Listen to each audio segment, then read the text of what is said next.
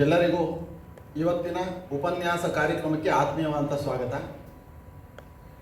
ಪ್ರತಿ ತಿಂಗಳಲ್ಲಿ ನಡೆಯುವಂಥ 2-3 ಉಪನ್ಯಾಸದ ಕಾರ್ಯಕ್ರಮಗಳ ಪ್ರಕಾರ ಇವತ್ತು ಖ್ಯಾತ ತತ್ವಶಾಸ್ತ್ರಜ್ಞ, ಲೇಖಕ, ಚಿಂತಕ, ಕಲಾ ವಿಮರ್ಶಕ ಆನಂದ್ ಕುಮಾರಸ್ವಾಮಿ ಅವರ ಬಗ್ಗೆ ಉಪನ್ಯಾಸಕ್ಕೋಸ್ಕರ ನಾವೇ ಇವತ್ತಿಲ್ಲಿ ಸೇರಿದ್ದೀವಿ. ಇವತ್ತಿನ ಉಪನ್ಯಾಸವನ್ನು ನಮಗೆ ನಡೆಸ್ಕೊಡ್ತಾ ಇರುವಂಥವರು ಶ್ರೀಯುತರಾದಂಥ ಸೂರ್ಯಪ್ರಕಾಶ್ ಪಂಡಿತ್ ಅವರು. ಸೂರ್ಯಪ್ರಕಾಶ್ ಪಂಡಿತ್ ಅವರು ವಿದ್ಯಾಲಂಕಾರ ಸಾಕ್ರು ರಾಮಚಂದ್ರಾಯರ ಬಳಿ ಸುಮಾರು 8 ವರ್ಷಗಳ ಕಾಲ ವೇದಾಂತವನ್ನು ಅಧ್ಯಯನ ಮಾಡಿದ್ದಾರೆ. ಭಾರತೀಯ ದರ್ಶನಶಾಸ್ತ್ರ, ಕಲೆ ಇವುಗಳಲ್ಲಿ ಆಳವಾದಂಥ ಅಧ್ಯಯನ ಅವರದ್ದಿದೆ. ಅನೇಕ ಪುಸ್ತಕಗಳ ಲೇಖಕರು ಕೂಡ ಹೌದು. ಅವರದ್ದೇ ಆದಂಥ ಅಭಿಜ್ಞಾನ ಪ್ರಕಾಶನ ಅನ್ನುವಂಥ ಹೆಸರಿನಿಂದ ಸಾಕ್ರು ರಾಮಚಂದ್ರಾಯರು, ಶತಾವಧಾನಿ ಡಾಕ್ಟರ್ ಆರ್ ಗಣೇಶ್, ಈ ಥರ ಅನೇಕ ವಿದ್ವಾಂಸರ ಮೌಲಿಕ ಕೃತಿಗಳನ್ನು ಅವರು ಹೊರಗೆ ತಂದಿದ್ದಾರೆ. ಅವರು ತಂದಿರುವಂಥ ಶ್ರೀ ಸೂಕ್ತ ಇರ್ಬೋದು, ಶಾರದಾ ಪೀಠದ ಮಾಣಿಕ್ಯ ಇರ್ಬೋದು, ಈ ರೀತಿಯ ಪುಸ್ತಕಗಳು ಒಂದು ರೀತಿ ಹಾಟ್ ಕೇಕ್ನ ರೀತಿಯಲ್ಲಿ ಪುಸ್ತಕ ಪ್ರಕಾಶನಾಗಿ ಆಚೆ ಬಂದ ತಕ್ಷಣ ಖರ್ಚಾಗತ್ತೆ. ಹಾಗೆಯೇ ಸೂರ್ಯಪ್ರಕಾಶ್ ಪಂಡಿತರು ಪತ್ರಿಕೆಗಳಲ್ಲೂ ಕೂಡ ಅನೇಕ ವರ್ಷದಿಂದ ಕೆಲಸವನ್ನು ಮಾಡ್ತಾ ಬಂದಿದ್ದಾರೆ. ಆರಂಭದಲ್ಲಿ ರಾಷ್ಟ್ರೋತ್ಥಾನ ಸಾಹಿತ್ಯದಲ್ಲಿ ಕೆಲಸ ಮಾಡಿದಂಥ ಪಂಡಿತರು, ವಿಜಯ ಕರ್ನಾಟಕ ಆರಂಭ ಮಾಡಿದಂಥ ನೂತನ ಅನ್ನುವಂಥ ಒಂದು ಸಾಪ್ತಾಹಿಕ ಪತ್ರಿಕೆಯಲ್ಲಿ ಕೆಲಸ ಮಾಡಿದರು. ಅದಾದ ನಂತರ ವಿಜಯವಾಣಿನಲ್ಲಿ ಉಪಸಂಪಾದಕರಾಗಿ ಕೆಲಸ ಮಾಡಿದರು. ಈಗ ಪ್ರಸ್ತುತ ಪ್ರಜಾವಾಣಿಯಲ್ಲಿ ಮುಖ್ಯ ಸಂಪಾದಕರಾಗಿ ಕಾರ್ಯವನ್ನು ನಿರ್ವಹಿಸ್ತಾ ಇದ್ದಾರೆ.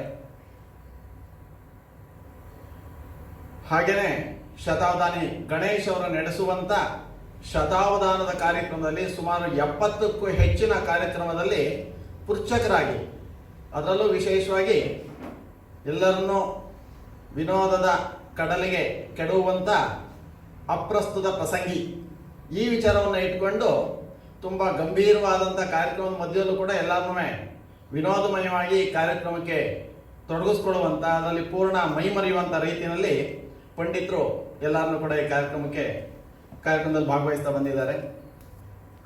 ಇವರಿಗೆ Indian institute of world culture ಪರವಾಗಿ ಆತ್ಮೀಯವಂತ ಸ್ವಾಗತವನ್ನು ಕೋರ್ತೀನಿ. ಇವತ್ತಿನ ಈ ಉಪನ್ಯಾಸ ಕಾರ್ಯಕ್ರಮ ಆನಂದ ಕುಮಾರಸ್ವಾಮಿ ಮತ್ತು ಭಾರತೀಯತೆ, ಈ ವಿಚಾರವಾಗಿ ತಮ್ಮ ವಿಚಾರವನ್ನು ನಮ್ಮ ಮುಂದೆ ಇರಿಸಬೇಕು ಅಂತೇಳಿ ಅವರಲ್ಲಿ ವಿನಂತಿಯನ್ನು ಮಾಡ್ಕೋತೀನಿ.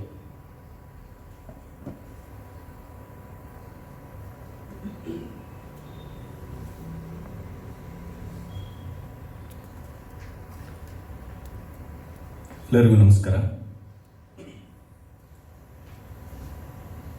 ಮೊದಲನೇದಾಗಿ ಆನಂದ್ ಕುಮಾರಸ್ವಾಮಿ ಅವರ ಬಗ್ಗೆ ಮಾತನಾಡುವಂಥ ಒಂದು ಅವಕಾಶ ಮತ್ತೆ ಒದಗಿ ಬಂದಿದೆ. ಇದಕ್ಕೆ ಕಾರಣರಾದ ಸಂಸ್ಥೆಯ ಎಲ್ಲ ಪದಾಧಿಕಾರಿಗಳಿಗೂ ಕೂಡ ಮೊದಲನೇದಾಗಿ ನಾನು ಕೃತಜ್ಞತೆಗಳನ್ನು ಸಲ್ಲಿಸ್ತಾ ಇದ್ದೀನಿ. ಒಂದು ವಿಶೇಷ ಅಂತ ಹೇಳಿದ್ರೆ, ಕುಮಾರಸ್ವಾಮಿ ಅವರ ಜನ್ಮದಿನ ಮತ್ತೆ ಅವರು ನಮ್ಮನ್ನು ಅಗಲಿದ ದಿನ, ಅದೆರಡಕ್ಕೂ ಬಹಳ ಹತ್ತಿರದಲ್ಲಿ ಈ ಕಾರ್ಯಕ್ರಮ ನಡೀತಾ ಇದೆ. ಆಗಸ್ಟ್ 22ರಂದು ಅವರು ಹುಟ್ಟಿದ್ದು, ಸೆಪ್ಟೆಂಬರ್ 9ನೇ ತಾರೀಕು ಅವರು ನಮ್ಮನ್ನು ಅಗಲಿದ್ರು. 1947 ಸೆಪ್ಟೆಂಬರ್ 9ರಂದು ಅವರು ನಮ್ಮನ್ನು ಅಗಲಿದ್ರು.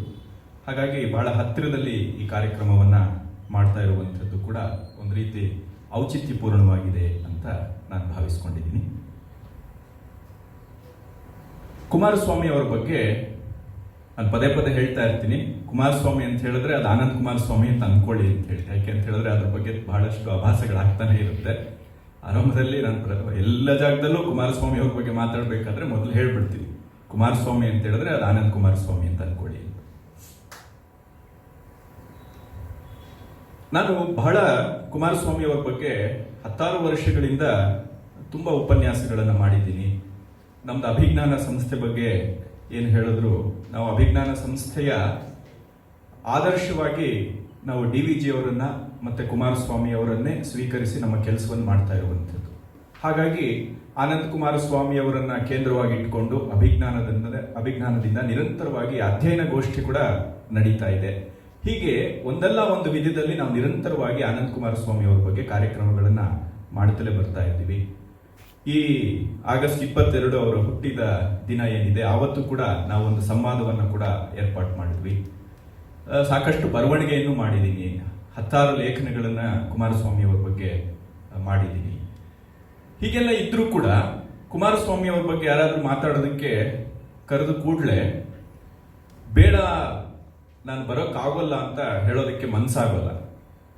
ಕಾರಣ ಏನು ಅಂತ ಹೇಳಿದ್ರೆ, ಕುಮಾರಸ್ವಾಮಿ ಅವ್ರ ಬಗ್ಗೆ ಸಮಗ್ರವಾಗಿ ತಿಳ್ಕೊಂಡಿದ್ದೀನಿ ಅಂತಲ್ಲ, ಆ ನೆಪದಲ್ಲಿ ಕುಮಾರಸ್ವಾಮಿ ಅವರ ಅಗಾಧತೆ ಏನು ಅನ್ನುವಂಥದ್ದು ಮತ್ತೆ ಮತ್ತೆ ಮನಸ್ಸಿಗೆ ಬಂದರೆ, ಅವ್ರು ಮಾಡಿದಂತಹ ಕೆಲಸ ನಮ್ಮ ಕಣ್ಮುಂದೆ ಬಂದರೆ, ಆಗ ನಮ್ಮ ಒಳಗಡೆ ಇರುವಂತ ಒಂದು ಅಹಂಕಾರ ಇದೆಯಲ್ಲ, ಆ ಅಹಂಕಾರಕ್ಕೆ ಒಂದು ಪೆಟ್ಟಾಗತ್ತೆ.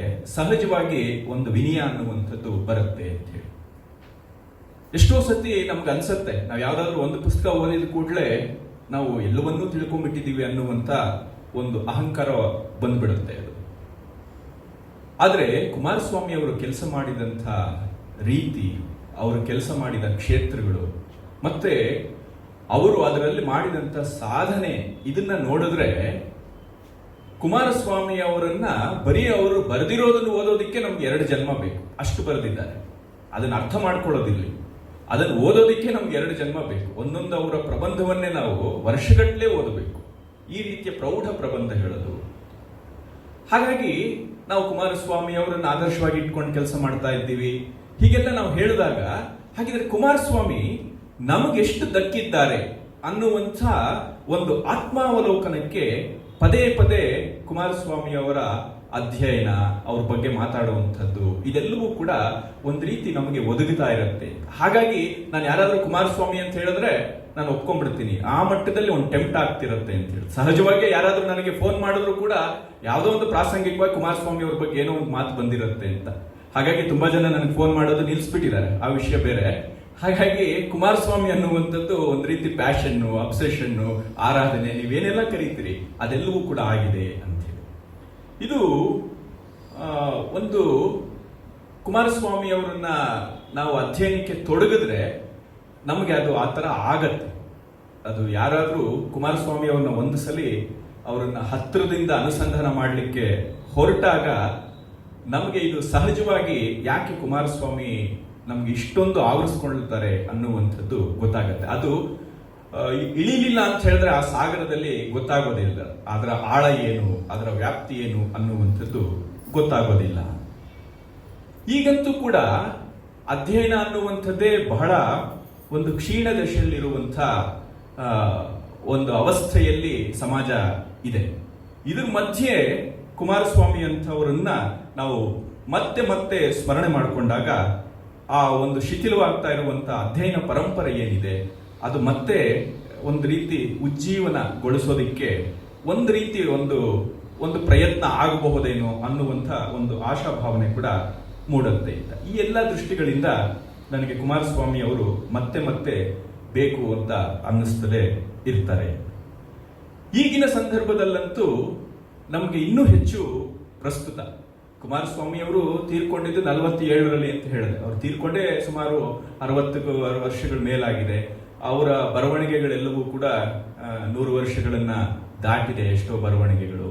ಆದರೂ ಇವತ್ತು ಕೂಡ ಜಗತ್ತಿನಲ್ಲಿ ಕುಮಾರಸ್ವಾಮಿ ಅವರ ಅಧ್ಯಯನ ನಿರಂತರವಾಗಿ ಒಂದಲ್ಲ ಒಂದು ವಿಧದಲ್ಲಿ ನಡೀತಾ ಇದೆ. ಆದರೆ ಯಾರೂ ಕೂಡ ಸಮಗ್ರವಾಗಿ ಕುಮಾರಸ್ವಾಮಿ ಅವರನ್ನ ನೋಡಿದ್ದಾರೆ ಅನ್ನುವಂಥದ್ದು ಇಲ್ಲ. ಜಗತ್ತಿನಲ್ಲಿ ಕುಮಾರಸ್ವಾಮಿ ಅವರ ಬಗ್ಗೆ 10 ಪುಸ್ತಕಗಳು ಬಂದಿದೆ, 100 ಲೇಖನಗಳು ಬಂದಿದೆ, 1000 ಉಪನ್ಯಾಸಗಳು ನಡೆದಿದೆ. ಸಮಗ್ರವಾಗಿ ಎಲ್ಲೋ ಒಂದು ಜಾಗದಲ್ಲಿ ಕುಮಾರಸ್ವಾಮಿ ಅವರ ಬಗ್ಗೆ ಎಲ್ಲವೂ ನಡೆದಿದೆ ಅನ್ನುವಂಥದ್ದು ಇಲ್ಲ. ಇತ್ತೀಚೆಗಷ್ಟೇ ಒಂದು ಕುಮಾರಸ್ವಾಮಿ ಅವರ ಬಗ್ಗೆ ಒಂದು ಜೀವನ ಚರಿತ್ರೆ ಬಂದಿದೆ. ಅದ್ರ ಬಗ್ಗೆ ವಿಮರ್ಶೆ ಬರೀತಾ, ಆ ಪುಸ್ತಕದ ಬಗ್ಗೆ ವಿಮರ್ಶಕರು ಬರೀತಾರೆ, ಕುಮಾರಸ್ವಾಮಿ ಅವರು ಬರೆದಿರುವಂತೆ ಎಷ್ಟೋ ವಿಷಯಗಳು ನಮ್ಮ ತಲೆ ಮೇಲೆ ಹಾರು ಹೋಗುತ್ತೆ. ಆದ್ರೆ ಅವ್ರ ಕಾಂಟ್ರಿಬ್ಯೂಷನ್ ಏನು ಅನ್ನುವಂಥದ್ದು ಅಲ್ಲಲ್ಲಿ ನಮಗೆ ಕೆಲವೊಂದು ಅವರು ಸರಳವಾದ ಬರವಣಿಗೆಗಳನ್ನ ಓದಿದ್ರೇನೆ ನಮಗೆ ಗೊತ್ತಾಗತ್ತೆ, ಅದೇ ಬೆರಗು ಮೂಡಿಸುತ್ತೆ. ಇನ್ನು ಸಮಗ್ರವಾಗಿ ಯಾರಾದ್ರೂ ಕುಮಾರಸ್ವಾಮಿ ಅವರನ್ನ ಅಧ್ಯಯನ ಮಾಡಿದ್ರೆ ಯಾವ ಮಟ್ಟದಲ್ಲಿ ಬೆರಗಾಗಬಹುದು ಅನ್ನುವಂಥ ಒಂದು ಅಭಿಪ್ರಾಯವನ್ನ ಪಡ್ತಾರೆ. ಹಾಗಾಗಿ ಕುಮಾರಸ್ವಾಮಿ ಅವರ ಅಧ್ಯಯನ ಈಗ ಬಹಳ ಮುಖ್ಯ ಅಂತ ಹೇಳಿ ನನಗೆ ವೈಯಕ್ತಿಕವಾಗಿ ಕೂಡ ಅನ್ನಿಸ್ತಿದೆ. ಹಾಗಾಗಿ ನಾವು ನಮ್ಮ ಸಂಸ್ಥೆಯನ್ನ ಅವರ ಒಂದು ಆದರ್ಶದಲ್ಲೇ, ಅವರ ಒಂದು ಅಧ್ಯಯನ ಪರಂಪರೆ ಏನಿದೆ ಅದರ ದಾರಿಯಲ್ಲಿ ಮುನ್ನಡೆಸುವಂತ ಒಂದು ಸಣ್ಣ ಪ್ರಯತ್ನ. ಈ ಮೂಲಕ ಒಂದು 4-6 ಜನ ಕುಮಾರಸ್ವಾಮಿ ಅವರ ಅಧ್ಯಯನದ ಕಡೆ ಒಲವನ್ನು ತೋರಿದ್ದಾರೆ, ಮಾತಾಡ್ತಿದ್ದಾರೆ, ಬರೀತಾ ಇದ್ದಾರೆ. ಇದೆಲ್ಲವೂ ಕೂಡ ಒಂದು ರೀತಿ ಸಂತೋಷವನ್ನ ಉಂಟು ಮಾಡುತ್ತಿದೆ. ಹಾಗಿದ್ರೆ ಇವತ್ತು ಕುಮಾರಸ್ವಾಮಿ ಅವರ ಬಗ್ಗೆ ಏನ್ ಮಾತಾಡೋದು ಅನ್ನುವಂಥ ಪ್ರಶ್ನೆ ಬಂದಾಗ ನಾನು ಸಹಜವಾಗಿ ಈಗ ಹೆಚ್ಚು ಪ್ರಸ್ತುತ ಅಂತ ನನಗನ್ಸಿದ್ದು, ಈಗ ಭಾರತೀಯತೆಯ ಬಗ್ಗೆ ಹೆಚ್ಚು ಚರ್ಚೆ ನಡೀತಾನೆ ಇದೆ. ಇತ್ತೀಚಿನ ವರ್ಷಗಳಲ್ಲಿ ಭಾರತೀಯತೆ ಬಗ್ಗೆ ಮತ್ತೆ ರಾಷ್ಟ್ರೀಯತೆ ಇದ್ರ ಬಗ್ಗೆ ಎಲ್ಲ ಹೆಚ್ಚು ಭಾರತದಲ್ಲಿ ಚರ್ಚೆ ನಡೀತಾ ಇರೋದ್ರಿಂದ ಕುಮಾರಸ್ವಾಮಿ ಅವರು ಈ ದಿಕ್ಕಿನಲ್ಲಿ ನಮಗೇನಾದ್ರೂ ನೆರವಾಗಬಹುದಾ ಅನ್ನೋ ದೃಷ್ಟಿಯಿಂದ ನಾನು ಭಾರತೀಯತೆ ಮತ್ತು ಕುಮಾರಸ್ವಾಮಿ ಅನ್ನುವಂಥ ವಿಷಯವನ್ನೇ ನಾನು ಆರಿಸ್ಕೊಂಡೆ. ಅವ್ರದ್ದು ಬಹಳ ಪ್ರಸಿದ್ಧವಾಗಿರುವಂತ ಲೇಖನಗಳು ಕೂಡ ಈ ವಿಷಯವನ್ನ ಮುಖ್ಯವಾಗಿ ಇಟ್ಕೊಂಡು ಬರೆದಂಥದ್ದಿದೆ. ನಾನು ಉಪನ್ಯಾಸದಲ್ಲಿ ಮುಂದಕ್ಕೆ ಅದು ಗೊತ್ತಾಗತ್ತೆ. ಹಾಗಿದ್ರೆ ಏನಿದು ಭಾರತೀಯತೆಗೂ ಮತ್ತೆ ಆನಂದ್ ಕುಮಾರಸ್ವಾಮಿ ಅವ್ರಿಗೂ ಏನು ಸಂಬಂಧ, ಏನು ಭಾರತೀಯತೆಯನ್ನ ಅವ್ರು ಹೇಗೆ ಸಾಕ್ಷಾತ್ಕಾರ ಮಾಡಿಕೊಂಡು ನಮಗೆ ಭಾರತವನ್ನು ಹೇಗೆ ಕಾಣಿಸಿದ್ದಾರೆ, ಇದ್ರ ಬಗ್ಗೆ ಮುಂದಿನ ಕೆಲವೊಂದು ನಿಮಿಷಗಳಲ್ಲಿ ನಾವು ಮನನವನ್ನ ಮಾಡಬಹುದು. ಕುಮಾರಸ್ವಾಮಿ ಅವರದ ಒಂದು ಪ್ರಸಿದ್ಧ ಕೃತಿ, ನಮ್ಗೆಲ್ಲ ಕುಮಾರಸ್ವಾಮಿ ಅಂತ ಹೇಳಿದ ಕೂಡಲೇ ಹೊಳೆಯುವಂಥದ್ದು ನಮ್ಮ ಕಣ್ಮುಂದೆ ಬರುವಂತ ಒಂದು ಕೃತಿ ಅಂತ ಹೇಳಿದ್ರೆ ದಿ ಡಾನ್ಸ್ ಆಫ್ ಶಿವ ಅಂತ ಹೇಳಿ. ವಾಸ್ತವದಲ್ಲಿ ನಾನು ಕೂಡ ಆ ಕೃತಿಯಿಂದಲೇ ಕುಮಾರಸ್ವಾಮಿ ಅವರ ಅಧ್ಯಯನವನ್ನ ತೊಡಗಿದ್ದು. ಮತ್ತೆ ನನಗೆ ಪ್ರವೇಶ ಕುಮಾರಸ್ವಾಮಿ ಅವರದ್ದು ಭೈರಪ್ಪನವರ ಧರ್ಮಶ್ರೀ ಆ ಕಾದಂಬರಿಯಲ್ಲಿ. ನಾನು ಹೈಸ್ಕೂಲ್ ದಿನಗಳಲ್ಲಿ ಭೈರಪ್ಪನವರ ಆ ಕಾದಂಬರಿ ಓದಿದಾಗ ಅಲ್ಲಿ ಬರುವಂತ ಒಂದು ಪ್ರಮುಖವಾದ ಚಿಂತನ ಧಾರೆ ಅದು ಈ ಡಾನ್ಸ್ ಆಫ್ ಶಿವದಿಂದಲೇ ಪ್ರೇರಿತವಾದಂಥದ್ದು. ಒಂದು ಪಾತ್ರ, ಅಲ್ಲಿ ಬರುವಂತಹ ಒಂದು ಪಾತ್ರ ಹಾಗಾಗಿ ಕುಮಾರಸ್ವಾಮಿ ಅವರ ಮಾತುಗಳನ್ನ ಹೇಳುತ್ತೆ. ಹಾಗಾಗಿ ನನ್ನ ಹುಡುಕಾಟ ಆರಂಭ ಆಯಿತು. ಆಮೇಲೆ ಕುಮಾರಸ್ವಾಮಿ ಅವರ ಒಂದು ಪ್ರವೇಶ ನನಗೆ ಒದಗಿತು. ಆದರೆ ಸಮಗ್ರವಾಗಿ ನೋಡಿದ್ದೀನಿ ಅನ್ನುವಂಥ ಒಂದು ಧೈರ್ಯ ಇಲ್ಲ, ಅದು ಆಗೋದೂ ಇಲ್ಲ, ಅದು ಗೊತ್ತಿದೆ ನಮಗೆ. ಈ ಡಾನ್ಸ್ ಆಫ್ ಶಿವದಲ್ಲಿ ಕುಮಾರಸ್ವಾಮಿ ಅವರು ಇಡೀ ಜಗತ್ತಿಗೆ ಭಾರತೀಯತೆ ಏನು, ಭಾರತೀಯತೆಯ ಒಂದು ವಿಶ್ವರೂಪ ಎಂಥದ್ದು ಅನ್ನುವಂಥ ಒಂದು ಮನೋಧರ್ಮ, ಭಾರತೀಯತೆಯ ಮನೋಧರ್ಮ ಎಂಥದ್ದು, ಇದ್ರ ಬಗ್ಗೆ ಜಗತ್ತಿನ ಮುಂದೆ ಪ್ರಕಟ ಮಾಡಿದಂಥ ಒಂದು ಕೆಲಸ ಅವರ ಈ ಡಾನ್ಸ್ ಆಫ್ ಶಿವ ಮಾಡಿತು. ಅದು ಬಹಳ ಒಂದು ಸಾಂಕೇತಿಕವಾಗೂ ಇದೆ. ಅದರಲ್ಲಿ 14 ಪ್ರಬಂಧಗಳಿದೆ. ದಿ ಡಾನ್ಸ್ ಆಫ್ ಶಿವ ಅನ್ನುವಂಥ ಕೃತಿಯಲ್ಲಿ ಬಹಳ ಪ್ರಸಿದ್ಧವಾದಂಥ ಕೃತಿ ಅದು. ಅದು ಎಷ್ಟು ಪ್ರಸಿದ್ಧ ಅಂತ ಹೇಳಿದ್ರೆ ಕುಮಾರಸ್ವಾಮಿ ಅವರ ಮೊದಲನೇ ಓದು ಮತ್ತೆ ಕೊನೆ ಓದು ಎರಡೂ ಕೂಡ ದಿ ಡಾನ್ಸ್ ಆಫ್ ಶಿವಾಗೆ ನಿಂತು ಹೋಗುತ್ತೆ ಅಂತ. ಅದು ಇವತ್ತು ಎಷ್ಟೋ ಜನ ಕುಮಾರಸ್ವಾಮಿ ಅವ್ರ ಬಗ್ಗೆ ದೊಡ್ಡ ದೊಡ್ಡ ಮಾತಾಡ್ತಾ ಇರುವಂತವರೆಲ್ಲ ಓದಿರುವಂತ ಏಕೈಕ ಕೃತಿ ಅಂತ ಹೇಳಿದ್ರೆ ಡಾನ್ಸ್ ಆಫ್ ಶಿವಾನೇ.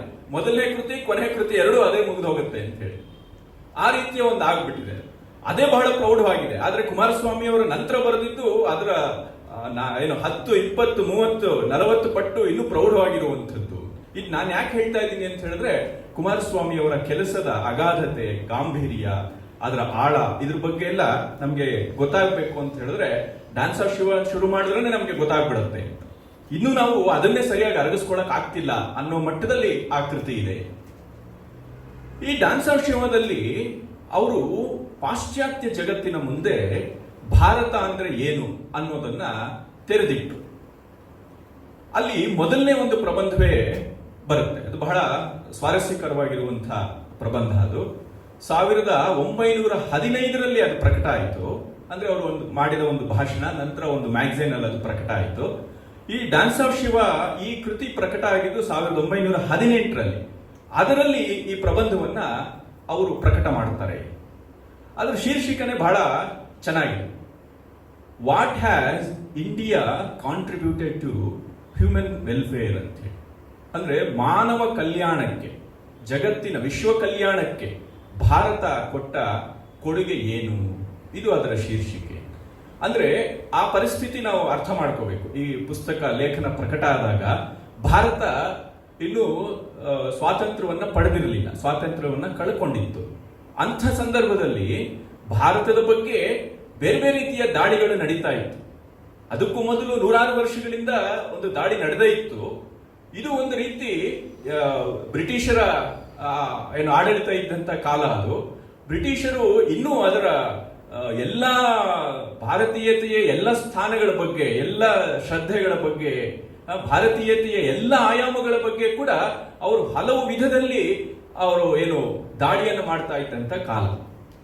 ಮುಖ್ಯವಾಗಿ ಭಾರತೀಯ ವಿದ್ಯೆ, ಭಾರತೀಯ ಕಲೆ, ಭಾರತೀಯ ಜನಜೀವನ, ಭಾರತೀಯ ಚಿಂತನೆ, ಇದ್ರ ಬಗ್ಗೆ ವಿದೇಶಿಯರು ಅವರು ಅಪಪ್ರಚಾರವನ್ನೇ ಶುರು ಮಾಡಿದ್ರು. ಯಾಕೆ ಅಂತ ಹೇಳಿದ್ರೆ ಅವರು ಶಾಶ್ವತವಾಗಿ ಈ ಭಾರತೀಯತೆ ಅನ್ನುವಂಥದ್ದು ನಾಶವಾಗಿ ಭಾರತೀಯರೆಲ್ಲರೂ ಕೂಡ ನಮಗೆ ಯಾವಾಗಲೂ ಅವರು ದಾಸರಾಗಿರಬೇಕು ಅನ್ನುವಂಥದ್ದು. ಇವತ್ತೆಲ್ಲ ನಾಳೆ ರಾಜಕೀಯವಾಗಿ ಅವರಿಗೆ ಸ್ವಾತಂತ್ರ್ಯ ಬರಬಹುದು, ಆದರೆ ಮಾನಸಿಕವಾಗಂತೂ ಭಾರತೀಯರು ಯಾವತ್ತೂ ಕೂಡ ನಮಗೆ ದಾಸ್ಯದಲ್ಲೇ ಇರಬೇಕು. ನಮ್ಮ ಒಂದು ವಿಚಾರಧಾರೆಗೆ ಅವರು ಮನಸೋತು ತಮ್ಮ ವಿಚಾರ ಶಕ್ತಿಯನ್ನ ಮರೆತು ಸದಾಕಾಲ ನಮ್ಮ ಒಂದು ಅಡಿಯಾಳ ಆಗಿರುವಂತಹ ಒಂದು ಸ್ಥಿತಿ ಭಾರತೀಯರಿಗೆ ಬರಬೇಕು ಅನ್ನುವಂಥ ಒಂದು ಉದ್ದೇಶದಿಂದಲೇ ಮುಖ್ಯವಾಗಿ ಅವರು ಟಾರ್ಗೆಟ್ ಮಾಡ್ತಾ ಇದ್ದಂಥದ್ದು ಭಾರತೀಯ ಶಿಕ್ಷಣ ಪರಂಪರೆ, ಇಲ್ಲಿನ ಕಲೆ, ಇಲ್ಲಿನ ಸಾಹಿತ್ಯ, ಇದೆಲ್ಲವನ್ನು ಕೂಡ ಅದನ್ನು ವ್ಯವಸ್ಥಿತವಾಗಿ ಅವರು ದಾಳಿಯನ್ನು ಮಾಡ್ತಾ ಇದ್ರು. ಈ ಸಂದರ್ಭದಲ್ಲಿ ಕುಮಾರಸ್ವಾಮಿ ಅವರು ಎರಡು ಕೆಲಸವನ್ನು ಮಾಡುತ್ತಿದ್ರು. ಒಂದು, ವಿದೇಶಿಯರಿಗೆ ಅವರು ಹೇಳ್ತಾ ಇದ್ರು, ನೀವು ತಿಳ್ಕೊಂಡ ಹಾಗೆ ಭಾರತೀಯ ಪರಂಪರೆ ಅನ್ನುವಂಥದ್ದು ಅದು ಪ್ರಿಮಿಟಿವ್, ಅಂದ್ರೆ ಏನೂ ಇಲ್ಲ ಇಲ್ಲಿ, ಒಂದು ರೀತಿ ಇವರು ಬಾಲ್ಯಾವಸ್ಥೆಯಲ್ಲಿದ್ದಾರೆ, ಇವರಿಗೆ ನಾಗರಿಕತೆ ಅಂದ್ರೆ ಏನು ಅಂತ ಗೊತ್ತಿಲ್ಲ, ಈ ರೀತಿಯ ಒಂದು ಅಪಪ್ರಚಾರಗಳೇನು ಮಾಡ್ತಾ ಇದ್ದೀರಿ. ಹಾಗಲ್ಲ, ನೀವೆಲ್ಲರೂ ನೀವಿನ್ನೂ ಮಲಗಿದ್ದಾಗ ಭಾರತ ಅದು ಸಮೃದ್ಧವಾಗಿ ಒಂದು ಇಡೀ ಜಗತ್ತನ್ನೇ ತನ್ನ ಸಾಂಸ್ಕೃತಿಕ ಮತ್ತೆ ಆಧ್ಯಾತ್ಮಿಕ ಅಷ್ಟೇ ಅಲ್ಲ, ಮತ್ತೆ ಎಲ್ಲ ರೀತಿಯ ಲೌಕಿಕವಾದಂತ ಎಲ್ಲ ಸಂಪತ್ತುಗಳಿಂದಲೂ ಕೂಡ ನಳನಳಿಸ್ತಾ ಇದ್ದಂತ ಒಂದು ಭವ್ಯ ಪರಂಪರೆ ಭಾರತದ್ದು, ನೀವು ಅಪಪ್ರಚಾರ ಮಾಡ್ತಾ ಇರೋ ತರ ಅಲ್ಲ ಅಂತ ಹೇಳಿ ಅವರು ವಿದೇಶಿಯರಿಗೆ ಅದನ್ನ ತೋರಿಸುದು. ಇದ್ರ ಜೊತೆಗೆ ಭಾರತೀಯರಿಗೂ ಆ ಕೆಲಸವನ್ನು ಮಾಡುದು. ಯಾಕೆ ಅಂತ ಹೇಳಿದ್ರೆ ನಮಗೆ ಗೊತ್ತಾಗ್ಬೇಕಲ್ವಾ, ನಾನು ಯಾವ ಅವಸ್ಥೆಯಲ್ಲಿದ್ದೀನಿ ಅಂತ ನನಗೆ ಗೊತ್ತಾಗ್ಬೇಕು. ನಾನು ದಾಸ್ಯದಲ್ಲಿದ್ದೀನೋ ಸ್ವಾತಂತ್ರ್ಯದಲ್ಲಿದ್ದೀನೋ ಅನ್ನುವಂಥದ್ದು ನನಗೆ ಗೊತ್ತಾದಾಗ, ನನಗೇನು ಅನಾರೋಗ್ಯ ಇದೆ ಅಂತ ಗೊತ್ತಾದಾಗ ನಾನು ಡಾಕ್ಟರ್ ಹತ್ರ ಹೋಗ್ತೀನಿ ಅಂತ. ಹಾಗಾಗಿ ನೋಡಪ್ಪ, ನಿನಗೆ ಒಂದು ಅನಾರೋಗ್ಯ ಬಂದಿದೆ, ಭಾರತೀಯತೆ ಅನ್ನುವಂಥದ್ದು ನಿನ್ನ ಮನೆಯನ್ನ ನೀನು ಮರೆತಿದ್ದೀಯ. ಈ ಒಂದು ಎಚ್ಚರಿಕೆಯನ್ನ ಕುಮಾರಸ್ವಾಮಿ ಅವರು ಭಾರತೀಯರಿಗೂ ಮಾಡಿಸಿದ್ರು. ಇದು ಬಹಳ ವಿಶೇಷ. ಹಾಗಾಗಿ ಎರಡು ರೀತಿಯಲ್ಲಿ ಅವರು ಮಾಡಿದ ಕೆಲಸ ಇದೆಯಲ್ಲ, ಇವತ್ತು ಅದು ನಮಗೆ, ನಾವು ಬ್ರಿಟಿಷರು ಅವತ್ತು ಏನು ಒಂದು ಪಿತೂರಿಯನ್ನ ವ್ಯವಸ್ಥೆಯನ್ನ ಮಾಡಿದ್ರು, ಭಾರತೀಯರಿಗೆ ಭಾರತೀಯತೆ ಅನ್ನುವಂಥದ್ದು ಮರೆತು ಹೋಗಬೇಕು ಅಂತ ಹೇಳಿ ಅದರಲ್ಲಿ ತಕ್ಕ ಮಟ್ಟಿಗೆ ಯಶಸ್ಸನ್ನು ಪಡೆದಿದ್ದಾರೆ ಅವರು. ನಮ್ಮ ಶಿಕ್ಷಣ ಪರಂಪರೆ, ಆಮೇಲೆ ನಮ್ಮ ಇಂದಿನ ಸಮಾಜ, ನಮ್ಮ ಮಾನಸಿಕತೆ, ನಮ್ಮ ಮನೋಧರ್ಮ, ಇವುಗಳನ್ನೆಲ್ಲ ನೋಡಿದ್ರೆ, ನಮ್ಮ ಜೀವನ ಪದ್ಧತಿ, ಇದೆಲ್ಲವನ್ನು ನೋಡಿದ್ರೆ ಅವರು ಮಾಡಿದಂತ ಆರಂಭ ಮಾಡಿದ ಕೆಲಸ ಅವರಿಗೆ ಸಾಕಷ್ಟು ಫಲವನ್ನು ಕೊಟ್ಟಿದೆ. ಹಾಗಾಗಿ ಕುಮಾರಸ್ವಾಮಿ ಅವರು ಈಗ ಭಾರತೀಯರಿಗೆ ಭಾರತ ಅಂದ್ರೆ ಏನು ಅಂತ ತಿಳಿಸಿಕೊಡುವಂತಹ ಒಂದು ಕೆಲಸಕ್ಕೋಸ್ಕರ ನಮಗೆ ಬೆಳಕಾಗಿ ಒದಗುತ್ತಾರೆ. ಈ ದೃಷ್ಟಿಯಿಂದ ನಮಗೆ ಕುಮಾರಸ್ವಾಮಿ ಅವರು ಮುಖ್ಯವಾಗ್ತಾರೆ. ಅಂದ್ರೆ ನಾವು ಭಾರತೀಯರು ನಿಜವಾಗ್ಲೂ ಕಳೆದುಕೊಂಡಿರುವಂಥದ್ದು ಏನು, ಇದ್ರ ಬಗ್ಗೆ ನಮ್ಗೆ ಅರಿವು ಮಾಡಬೇಕು, ಅರಿವು ಮೂಡಬೇಕು ಅಂತಿದ್ರೆ ಕುಮಾರಸ್ವಾಮಿ ಅವರ ಅಧ್ಯಯನ ಅನಿವಾರ್ಯ ಅಂತ. ಹೀಗಾಗಿ ಆ ಒಂದು ಪ್ರಬಂಧ ಇದೆಯಲ್ಲ, ಡ್ಯಾನ್ಸ್ ಆಫ್ ಶಿವದ ಆ ಮೊದಲನೇ ಪ್ರಬಂಧ, ಮಾನವ ವಿಶ್ವ ಕಲ್ಯಾಣಕ್ಕೆ ಭಾರತ ಕೊಟ್ಟ ಕೊಡುಗೆ ಏನು ಅನ್ನುವಂಥದ್ದು, ಆ ಒಂದು ಲೇಖನವನ್ನ ನಾವು ಮನನ ಮಾಡಿದ್ರು ನಮಗೆ ಇವತ್ತು ಭಾರತದ ನಿರ್ಮಾಣಕ್ಕೆ, ನಿಜವಾಗ್ಲೂ ಕೂಡ ಭಾರತ ಅಂದ್ರೆ ಏನು, ನಾವು ಯಾವ ರೀತಿ ನಮ್ಮ ಭಾರತವನ್ನ ನಾವು ಕಟ್ಟಬೇಕಾಗಿದೆ, ನಾವು ಕಳೆದುಕೊಂಡಿರುವಂಥದ್ದು ಏನು ಅನ್ನುವಂಥದ್ದರ ಅರಿವು ನಮಗೆ ಸಮಗ್ರವಾಗಿ ಆಗತ್ತೆ. ಹೀಗಾಗಿ ನನ್ನ ಮಾತುಗಳನ್ನ ಮುಖ್ಯವಾಗಿ ಆ ಪ್ರಬಂಧದ ಸುತ್ತಮುತ್ತಲೇ ನಾನು ಕಟ್ಟಿಕೊಡುವಂತ ಕೆಲಸವನ್ನ ಮಾಡ್ತೀನಿ. ಹಾಗಿದ್ರೆ ಜಗತ್ತಿಗೆ, ಅಂದ್ರೆ ವಿಶ್ವ ಕಲ್ಯಾಣಕ್ಕೆ, ವಿಶ್ವ ಕಲ್ಯಾಣ ಅಂತ ಹೇಳಿದ್ರೆ ಏನು, ಜಗತ್ತಿಗೆಲ್ಲ ಒಳ್ಳೇದಾಗಬೇಕು, ಜಗತ್ತಿಗೆಲ್ಲ ಒಳ್ಳೇದಾಗಬೇಕು ಅನ್ನುವಂಥ ದೃಷ್ಟಿಯಿಂದ ಭಾರತ ಜಗತ್ತಿಗೆ ಏನು ಕೊಡ್ತು, ಇದು ಕುಮಾರಸ್ವಾಮಿ ಅವರ ಪ್ರಶ್ನೆ ಕೇಳ್ಕೊಂಡ್ರೆಲ್ಲ ಒಂದು ಔಚಿತ್ಯ ಇದೆ, ಒಂದು ಧೈರ್ಯ ಇದೆ, ಒಂದು ಒಂದು ಧೀಮಂತಿಕೆ ಇದೆ. ಯಾಕೆ ಅಂತ ಹೇಳಿದ್ರೆ ನಮ್ಮನ್ನ ವಿದೇಶಿಯರು ಬಡದೇಶ, ಇಲ್ಲಿ ದಾರಿದ್ರ್ಯ, ಆಮೇಲೆ ರೋಗ ರುಜಿನ ಮೌಢ್ಯ ಇದೆಲ್ಲ ಇದೆ ಅಂತ ಹೇಳಿ ನಮ್ಮನ್ನ ಹೀಗಳಿತಾ ಇದ್ರು, ತುಚ್ಛೀಕರಣ ಮಾಡ್ತಿದ್ರು. ಅಂಥ ಸಂದರ್ಭದಲ್ಲಿ ಅಲ್ಲಪ್ಪ, ನಾವು ನಿಮ್ಗೆ ಜಗತ್ತಿಗೆ ಭಾರತ ಕೊಡುಗೆಯನ್ನು ಕೊಟ್ಟಿದೆ, ನೀವು ನಮ್ಗೇನು ಕೊಡಬೇಕಾಗಿಲ್ಲ ಅಂತ ಮತ್ತೆ ಹೇಳಿ ಅವರಿಗೆ ತೋರಿಸ್ಕೊಡುವಂತ ಕೆಲಸ ಇದೆಯಲ್ಲ, ಅದು ಬಹಳ ಕಷ್ಟದ ಕೆಲಸ. ಅದೇನು ಅಂತ ಹೇಳಿದ್ರೆ ನಮ್ಮನೇಲಿ ನಾವು ರಾಜರಾಗಿರಬಹುದು, ಆದ್ರೆ ನಾವು ಶತ್ರು ರಾಜ್ಯದಲ್ಲಿ ಹೋದಾಗಲೂ ನಮ್ಮ ಧೀಮಂತಿಕೆಯನ್ನು ಪ್ರದರ್ಶನ ಮಾಡುವಂಥದ್ದು ಇದೆಯಲ್ಲ, ಅದು ಬಹಳ ಹೆಚ್ಚುಗಾರಿಕೆ ಅಂತ. ಆ ಕೆಲಸವನ್ನ ಕುಮಾರಸ್ವಾಮಿ ಅವರು ಮಾಡಿದ್ರು. ಅವ್ರು ಹೇಳಿದ್ರು, ವಿಶ್ವ ಕಲ್ಯಾಣಕ್ಕೆ ಭಾರತ ಕೊಟ್ಟ ಕೊಡುಗೆ ಏನು ಅಂತ ಹೇಳಿದ್ರೆ, ಏನು ಯಾವುದೋ ಒಂದು ಬಿಲ್ಡಿಂಗು ಅಥವಾ ಯಾವುದೋ ಒಂದು ರಸ್ತೆ ಅಥವಾ ಯಾವುದೋ ಒಂದು ನಗರ ಅಥವಾ ಯಾವುದೋ ಒಂದು ಇನ್ಸ್ಟ್ರೂಮೆಂಟು ಇದಲ್ಲ. ಇದು ಸಾಕಷ್ಟು ಕೊಟ್ಟಿದೆ. ಆದರೆ ನಿಜವಾಗ್ಲೂ ಭಾರತದಿಂದ ಜಗತ್ತು ಪಡೆದಂಥದ್ದು ಏನು, ಪಡಿಬೇಕಾಗಿರುವಂಥದ್ದು ಏನು ಅಂತ ಹೇಳಿದ್ರೆ ಅದು ಭಾರತೀಯತೆಯೇ ಅಂತಂದ್ರು. ಇಂಡಿಯನ್ನೆಸ್, ಅದೇ ಜಗತ್ತಿಗೆ ಭಾರತ ಕೊಟ್ಟಂತ ಕೊಡುಗೆ. ಹಾಗಿದ್ರೆ ಇಲ್ಲೊಂದು ಪ್ರಶ್ನೆ ಬಂತು, ಹಾಗಿದ್ರೆ ಏನಿದು ಭಾರತೀಯತೆ ಅಂದ್ರೆ ಏನು? ಇದು ಸಹಜವಾಗಿ ನಮಗೆ ಒಂದು ಪ್ರಶ್ನೆ ಬರುತ್ತೆ, ಏನು ಭಾರತೀಯತೆ ಅಂದ್ರೆ? ಇದು ಬಹಳ ಮುಖ್ಯವಾದಂತ ಪ್ರಶ್ನೆ. ಇವತ್ತು ನಾವು ನಮ್ಮನ್ನ ಕೇಳ್ಕೋಬೇಕಾಗಿರುವಂತ ಪ್ರಶ್ನೆ. ನನಗೆ ಒಂದು ಕುತೂಹಲ ಉಂಟಾಯಿತು. ನಾವು ಈ ಒಂದು ಕಾರ್ಯಕ್ರಮ ಮಾಡಬೇಕಾದ್ರೆ ನಾವು ಇದೇ ಒಂದು ಪ್ರಬಂಧದ ಬಗ್ಗೆ ಒಂದು ಸಂವಾದವನ್ನು ಮಾಡಿದ್ವಿ. ಆಗ ನಾನು ಫೇಸ್ಬುಕ್ ಅಲ್ಲಿ ಒಂದು ಪ್ರಶ್ನೆಯನ್ನು ಕೇಳಿದ್ದೆ, ನಿಮ್ಮ ದೃಷ್ಟಿಯಲ್ಲಿ ಭಾರತೀಯತೆ ಅಂದ್ರೆ ಏನು ಅಂತ ಹೇಳಿ. ಅಲ್ಲಿ ಸುಮಾರು ಜನ ನನಗೆ ಉತ್ತರವನ್ನ ಕೊಟ್ಟರು, ಬಹಳ ಸ್ವಾರಸ್ಯಕರವಾದಂಥ ಉತ್ತರಗಳು. ಕೆಲವರು ರಾಮಾಯಣ, ಮಹಾಭಾರತ, ವೇದ, ಗಾಂಧಿ, ಅಂಬೇಡ್ಕರ್, ಆಮೇಲೆ ಬುದ್ಧ, ಬಸವ, ಕೃಷ್ಣ, ರಾಮ, ಆಮೇಲೆ ಇಲ್ಲಿನ ಕುಟುಂಬ ವ್ಯವಸ್ಥೆ, ಹೀಗೆ ಹಲವಾರು ರೀತಿಯ ಉತ್ತರಗಳು ಬಂದವು ಅಂತ.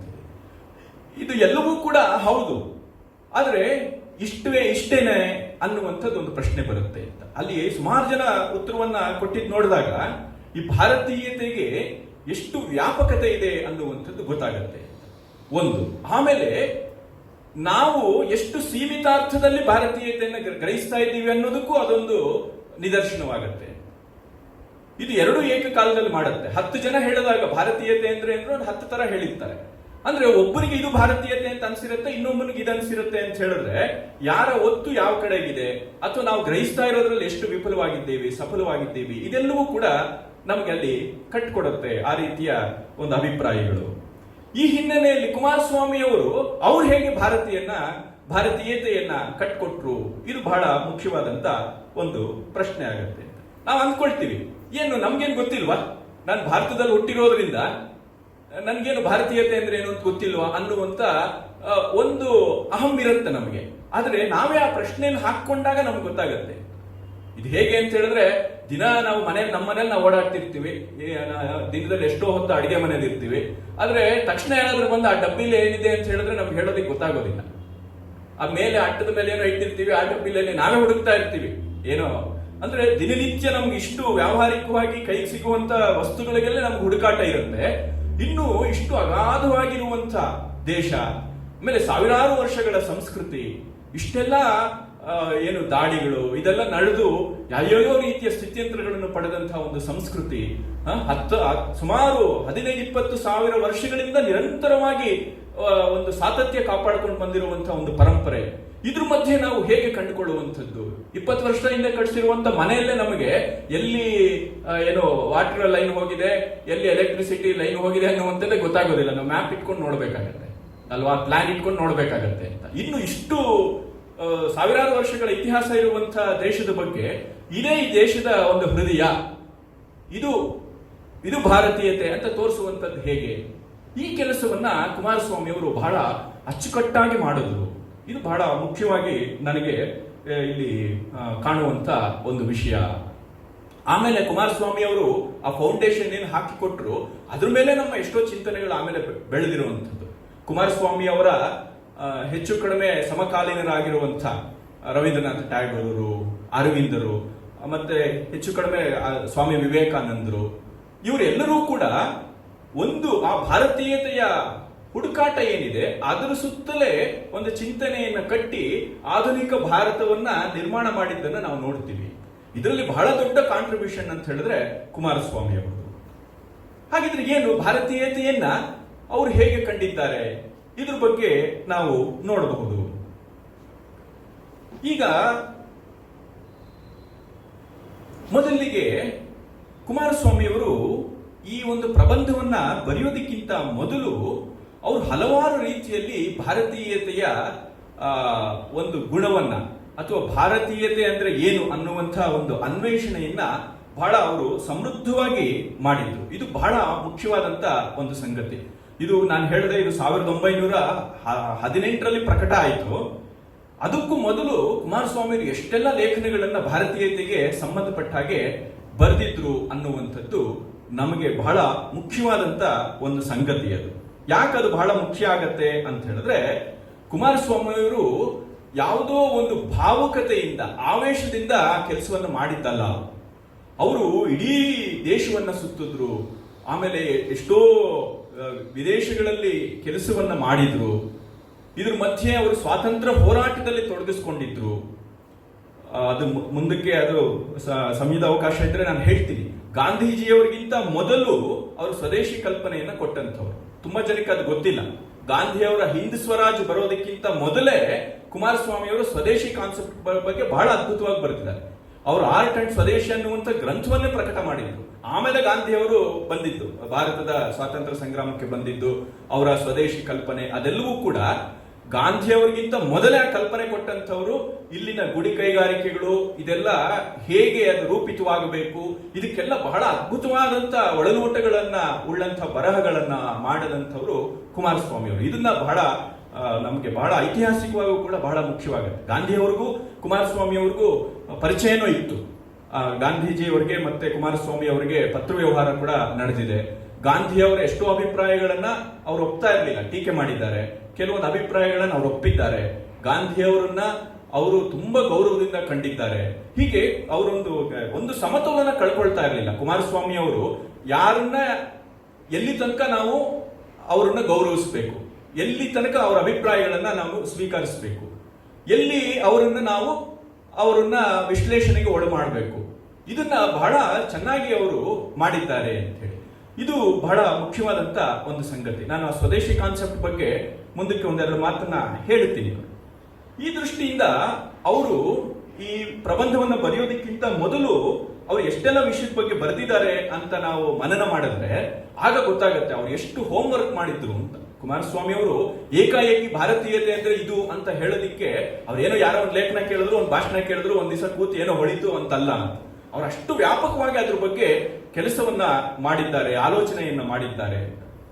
ಅವರು 1910ರಲ್ಲೇ ಭಾರತೀಯ ಕಲೆ ಬಗ್ಗೆ ಒಂದು ಅದ್ಭುತವಾದಂತ ಒಂದು ಲೇಖನವನ್ನ ಬರೆದಿದ್ರು, selected examples of Indian art ಅಂತ ಹೇಳಿ. ಆಮೇಲೆ 1912ರಲ್ಲಿ ಅವರು ಆರ್ಟ್ ಅಂಡ್ ಸ್ವದೇಶಿ ಪಬ್ಲಿಷ್ ಮಾಡಿದ್ರು. ಅದಕ್ಕಿಂತ ಮೊದಲು ಸ್ವದೇಶಿ ಅನ್ನುವಂಥದ್ದು ಟ್ರೂ ಅಂಡ್ ಫಾಲ್ಸ್ ಅಂತ, ಅದರ ಎಲ್ಲಿ ತನಕ ಸ್ವದೇಶಿ ನಡೆಯುತ್ತೆ, ಎಲ್ಲಿ ತನಕ ನಡೆಯೋದಿಲ್ಲ ಅನ್ನುವಂಥ ಒಂದು ಪ್ರಾಗ್ಮ್ಯಾಟಿಕ್ ಆದಂತ ಒಂದು ಅಪ್ರೋಚ್ ಇತ್ತು. ಅವ್ರು ಮುಂದಕ್ಕೆ ಅದರಲ್ಲಿ ವಿಸ್ತಾರವಾಗಿ ಬರೀತಾರೆ ಅವ್ರ ಲೇಖನಗಳಲ್ಲಿ. ಅದು ಸ್ವದೇಶಿ ಅಂತ ಹೇಳಿದ್ರೆ ಏನು ಅನ್ನೋದನ್ನ ನಾವು ತಪ್ಪಾಗಿ ತಿಳ್ಕೊಳ್ತಾ ಇದ್ದೀವಿ ಅಂತ. ಅಂದ್ರೆ ಆ ಕಾನ್ಸೆಪ್ಟ್ ಎಷ್ಟೆಲ್ಲ ತಪ್ಪರ್ಥಗಳು ಮುಂದಕ್ಕೆ ಬರುತ್ತೆ ಅನ್ನುವಂಥದ್ದು ಅವ್ರು ಆರಂಭದಲ್ಲೇ ಹೇಳಿದ್ದಾರೆ. ಅದ್ರ ಬಗ್ಗೆ ಎಲ್ಲ ಅಲ್ಲಿ ಚರ್ಚೆ ಮಾಡಿದ್ದಾರೆ. ಅದು ಬಹಳ ಇಂಟ್ರೆಸ್ಟಿಂಗ್ ಆದಂತ ಒಂದು ಲೇಖನ ಅವ್ರದ್ದಿದೆ. ಆಮೇಲೆ arts and crafts of India and Ceylon ಅಂತ ಬಹಳ ಅದ್ಭುತವಾದಂತ ಕೃತಿ ಇದು.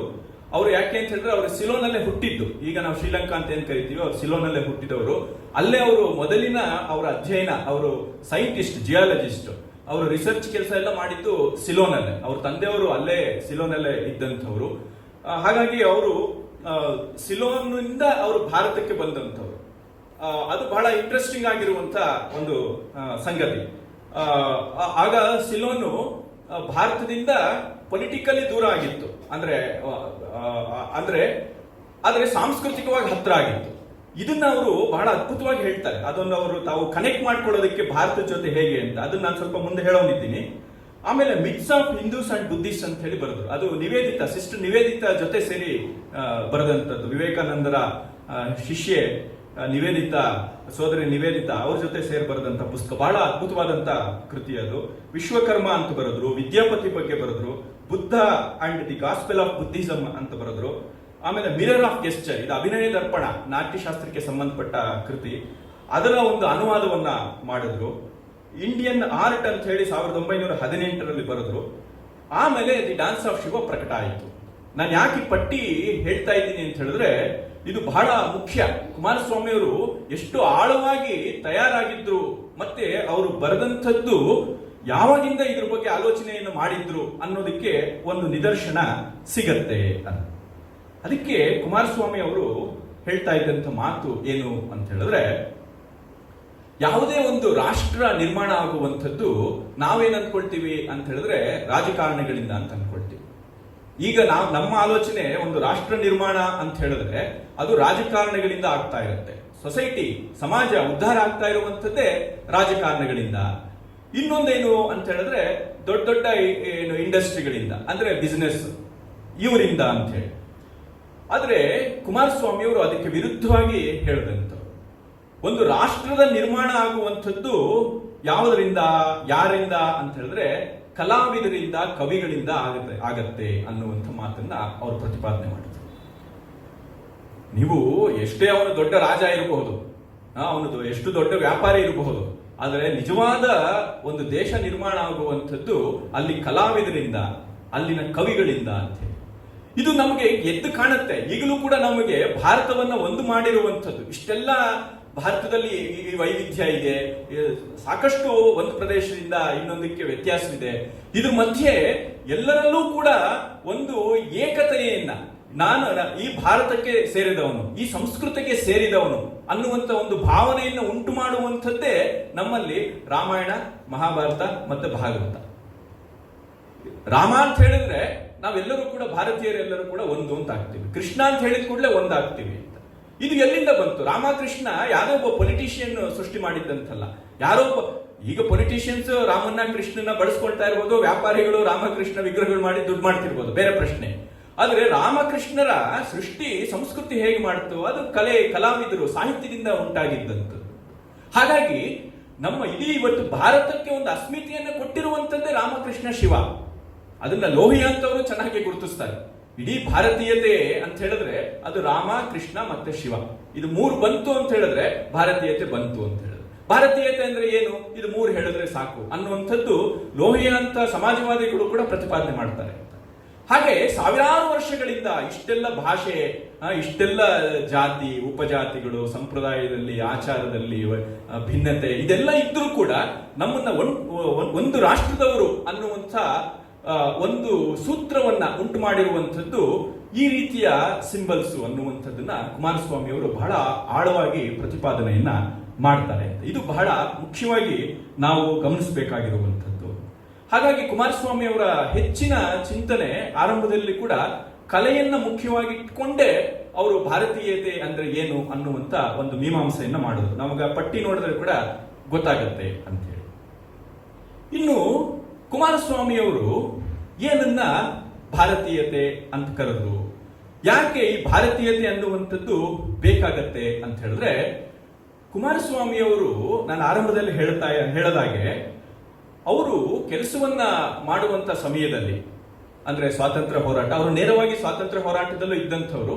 ಆಮೇಲೆ ಅವರು ಕ್ರಮೇಣ ನೇರ ಆ ರೀತಿಯ ಹೋರಾಟದಿಂದ ಹಿಂದೆ ಸರಿದು, ಆದ್ರೆ ಅದಕ್ಕೆ ಒಂದು ವೈಚಾರಿಕವಾದಂಥ ಒಂದು ಚೌಕಟ್ಟು ಬೇಕು, ಅದನ್ನು ಒದಗಿಸ್ತಾ ಬಂದಂಥವ್ರು. ಆರಂಭದಲ್ಲಿ ಅವರು ಶ್ರೀಲಂಕಾದಲ್ಲೂ ಮಾಡಿದ್ದಾರೆ. ಆಗಿನ ಸಿಲೋನಲ್ಲಿ ಕೂಡ ಅವರು ಸ್ವಾತಂತ್ರ್ಯ ಹೋರಾಟದ ಚಳವಳಿಗಳನ್ನ ಮಾಡೋದಕ್ಕೆ ಅವರು ನೆರವಾಗಿದ್ದಾರೆ, ಅದ್ರ ಬಗ್ಗೆ ಬರೆದಿದ್ದಾರೆ. ಹೀಗೆ ಅವರು ಸ್ವಾತಂತ್ರ್ಯ ಹೋರಾಟದಲ್ಲೂ ಕೂಡ ಅವ್ರ ಪಾತ್ರ ಇದೆ. ಇದ್ರ ಮಧ್ಯೆ ಅವರು ಸ್ವಾತಂತ್ರ್ಯ ಅಂದ್ರೆ ಏನು, ಪಾರತಂತ್ರ್ಯ ಅಂದ್ರೆ ಏನು, ಇದ್ರ ಬಗ್ಗೆ ಕೊಟ್ಟಂತ ಒಳನೋಟಗಳಿದೆಯಲ್ಲ, ಅದು ಆಗಿನ ಚಿಂತಕರನ್ನೆಲ್ಲ ಬಹಳ ಅದ್ಭುತವಾಗಿ ಆಕರ್ಷಿಸಿತ್ತು. ಎಷ್ಟೋ ಸಂದರ್ಭದಲ್ಲಿ ಗಾಂಧಿಯವರು ಕೂಡ ಅವರ ಚಿಂತನೆಯನ್ನ ನೀವು ನೋಡಿ ಅಂತ ಹೇಳ್ತಾರೆ. ಗಾಂಧಿಯವರ ಹತ್ರ ಕುಮಾರಸ್ವಾಮಿ ಅವರ ಪುಸ್ತಕ ಇದ್ದಿದ್ದು, ಅದ್ರ ಬಗ್ಗೆ ಎಲ್ಲ ಕೆಲವರು ಇತಿಹಾಸ ತಜ್ಞರೆಲ್ಲ ಅವರು ಅದನ್ನ ಗಮನಿಸಿ ಗಾಂಧಿ ಅವರು ಕೆಲವರಿಗೆಲ್ಲ ರೆಕಮೆಂಡ್ ಮಾಡಿದ್ದಾರೆ, ನೀನು ಈ ವಿಷಯದಲ್ಲಿ ಹೆಚ್ಚು ತಿಳ್ಕೋಬೇಕು ಅಂತ ಹೇಳಿದ್ರೆ ಕುಮಾರಸ್ವಾಮಿ ಅವರನ್ನ ಓದಿ ಅಂತ ಹೇಳಿದ್ದು. ಹೀಗೆ ಗಾಂಧಿ ಅವರು ಇರಬಹುದು, ಟ್ಯಾಗೂರ್ ಇರಬಹುದು, ಇವರೆಲ್ಲರೂ ಕೂಡ ಪ್ರಭಾವಿತರಾಗಿದ್ದಾರೆ. ಆಮೇಲೆ ನಂತರದ ಜನರೇಷನ್ ಕುಮಾರಸ್ವಾಮಿ ಅವರಿಂದ ತುಂಬಾ ಪ್ರಭಾವಿತರಾದರು. ಇದು ಅಲ್ಲದೆ ವಿದೇಶದಲ್ಲೂ ಕೂಡ ಭಾರತದ ಪರವಾಗಿ ಒಂದು ಅಭಿಪ್ರಾಯ ಮೂಡೋದಕ್ಕೆ ಕುಮಾರಸ್ವಾಮಿ ಅವರ ಕಾಂಟ್ರಿಬ್ಯೂಷನ್ ಬಹಳ ದೊಡ್ಡದು. ಅವರು ಹೇಳ್ತಾರೆ ಏನು, ಆಗ ಈ ಇಂಪೀರಿಯಲಿಸಂ ಇತ್ತು, ಅಂದ್ರೆ ಇಡೀ ಒಂದು ಜಗತ್ತನ್ನ ನನ್ನ ಕೈಗೆ ತಗೋಬೇಕು ಅನ್ನುವಂಥ ಈ ಬ್ರಿಟಿಷರ ಒಂದು ನಿಲುವೇನಿತ್ತು ಅದನ್ನ ಟೀಕೆ ಮಾಡಿಕೊಂಡೆ ಅವರು ಬಹಳ ಅದ್ಭುತವಾಗಿ ಭಾರತೀಯತೆಯ ಬಗ್ಗೆ ಅವ್ರು ಹೇಳ್ತಾರೆ. ಈ ಭಾರತೀಯತೆಯ ವಿಶೇಷತೆ ಏನು ಅಂತ ಹೇಳಿದ್ರೆ, ಇದು ಅವರು ಇಂಪೀರಿಯಲಿಸಂ ಮತ್ತೆ ಈ ಫ್ರೀಡಮ್ ಇದೆರಡನ್ನೂ ಕೂಡ ತಗೊಳ್ತಾರೆ. ನ್ಯಾಷನಲಿಸಂ, ನಾವು ಇವತ್ತು ನ್ಯಾಷನಲಿಸಂ ಅಂತ ಹೇಳಿದ್ರೆ ಅದನ್ನು ಬೇರೆ ರೀತಿ ವ್ಯಾಖ್ಯಾನ ಮಾಡ್ತೀವಿ. ಆದ್ರೆ ಕುಮಾರಸ್ವಾಮಿ ಅವರ ನ್ಯಾಷನಲಿಸಂ ಅಂತ ಹೇಳಿದ್ರೆ ಅದು ಮಾನವ ಕಲ್ಯಾಣಕ್ಕೋಸ್ಕರ ಹೊರಟಂತ ಭಾರತೀಯತೆ ಏನಿದೆ ಅದನ್ನ ಅವರು ನ್ಯಾಷನಲಿಸಂ ಅಂತ ಕರೀತಾರೆ. ಇದರಲ್ಲೇ ಬಹಳ ಒಂದು ವಿಶೇಷ ಇದೆ.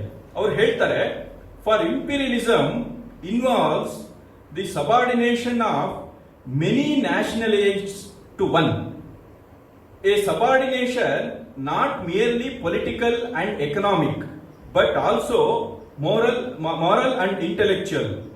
Nationalism is inseparable from the idea of internationalism, recognizing the rights and worth of other nations to be even as its own ಅಂತ.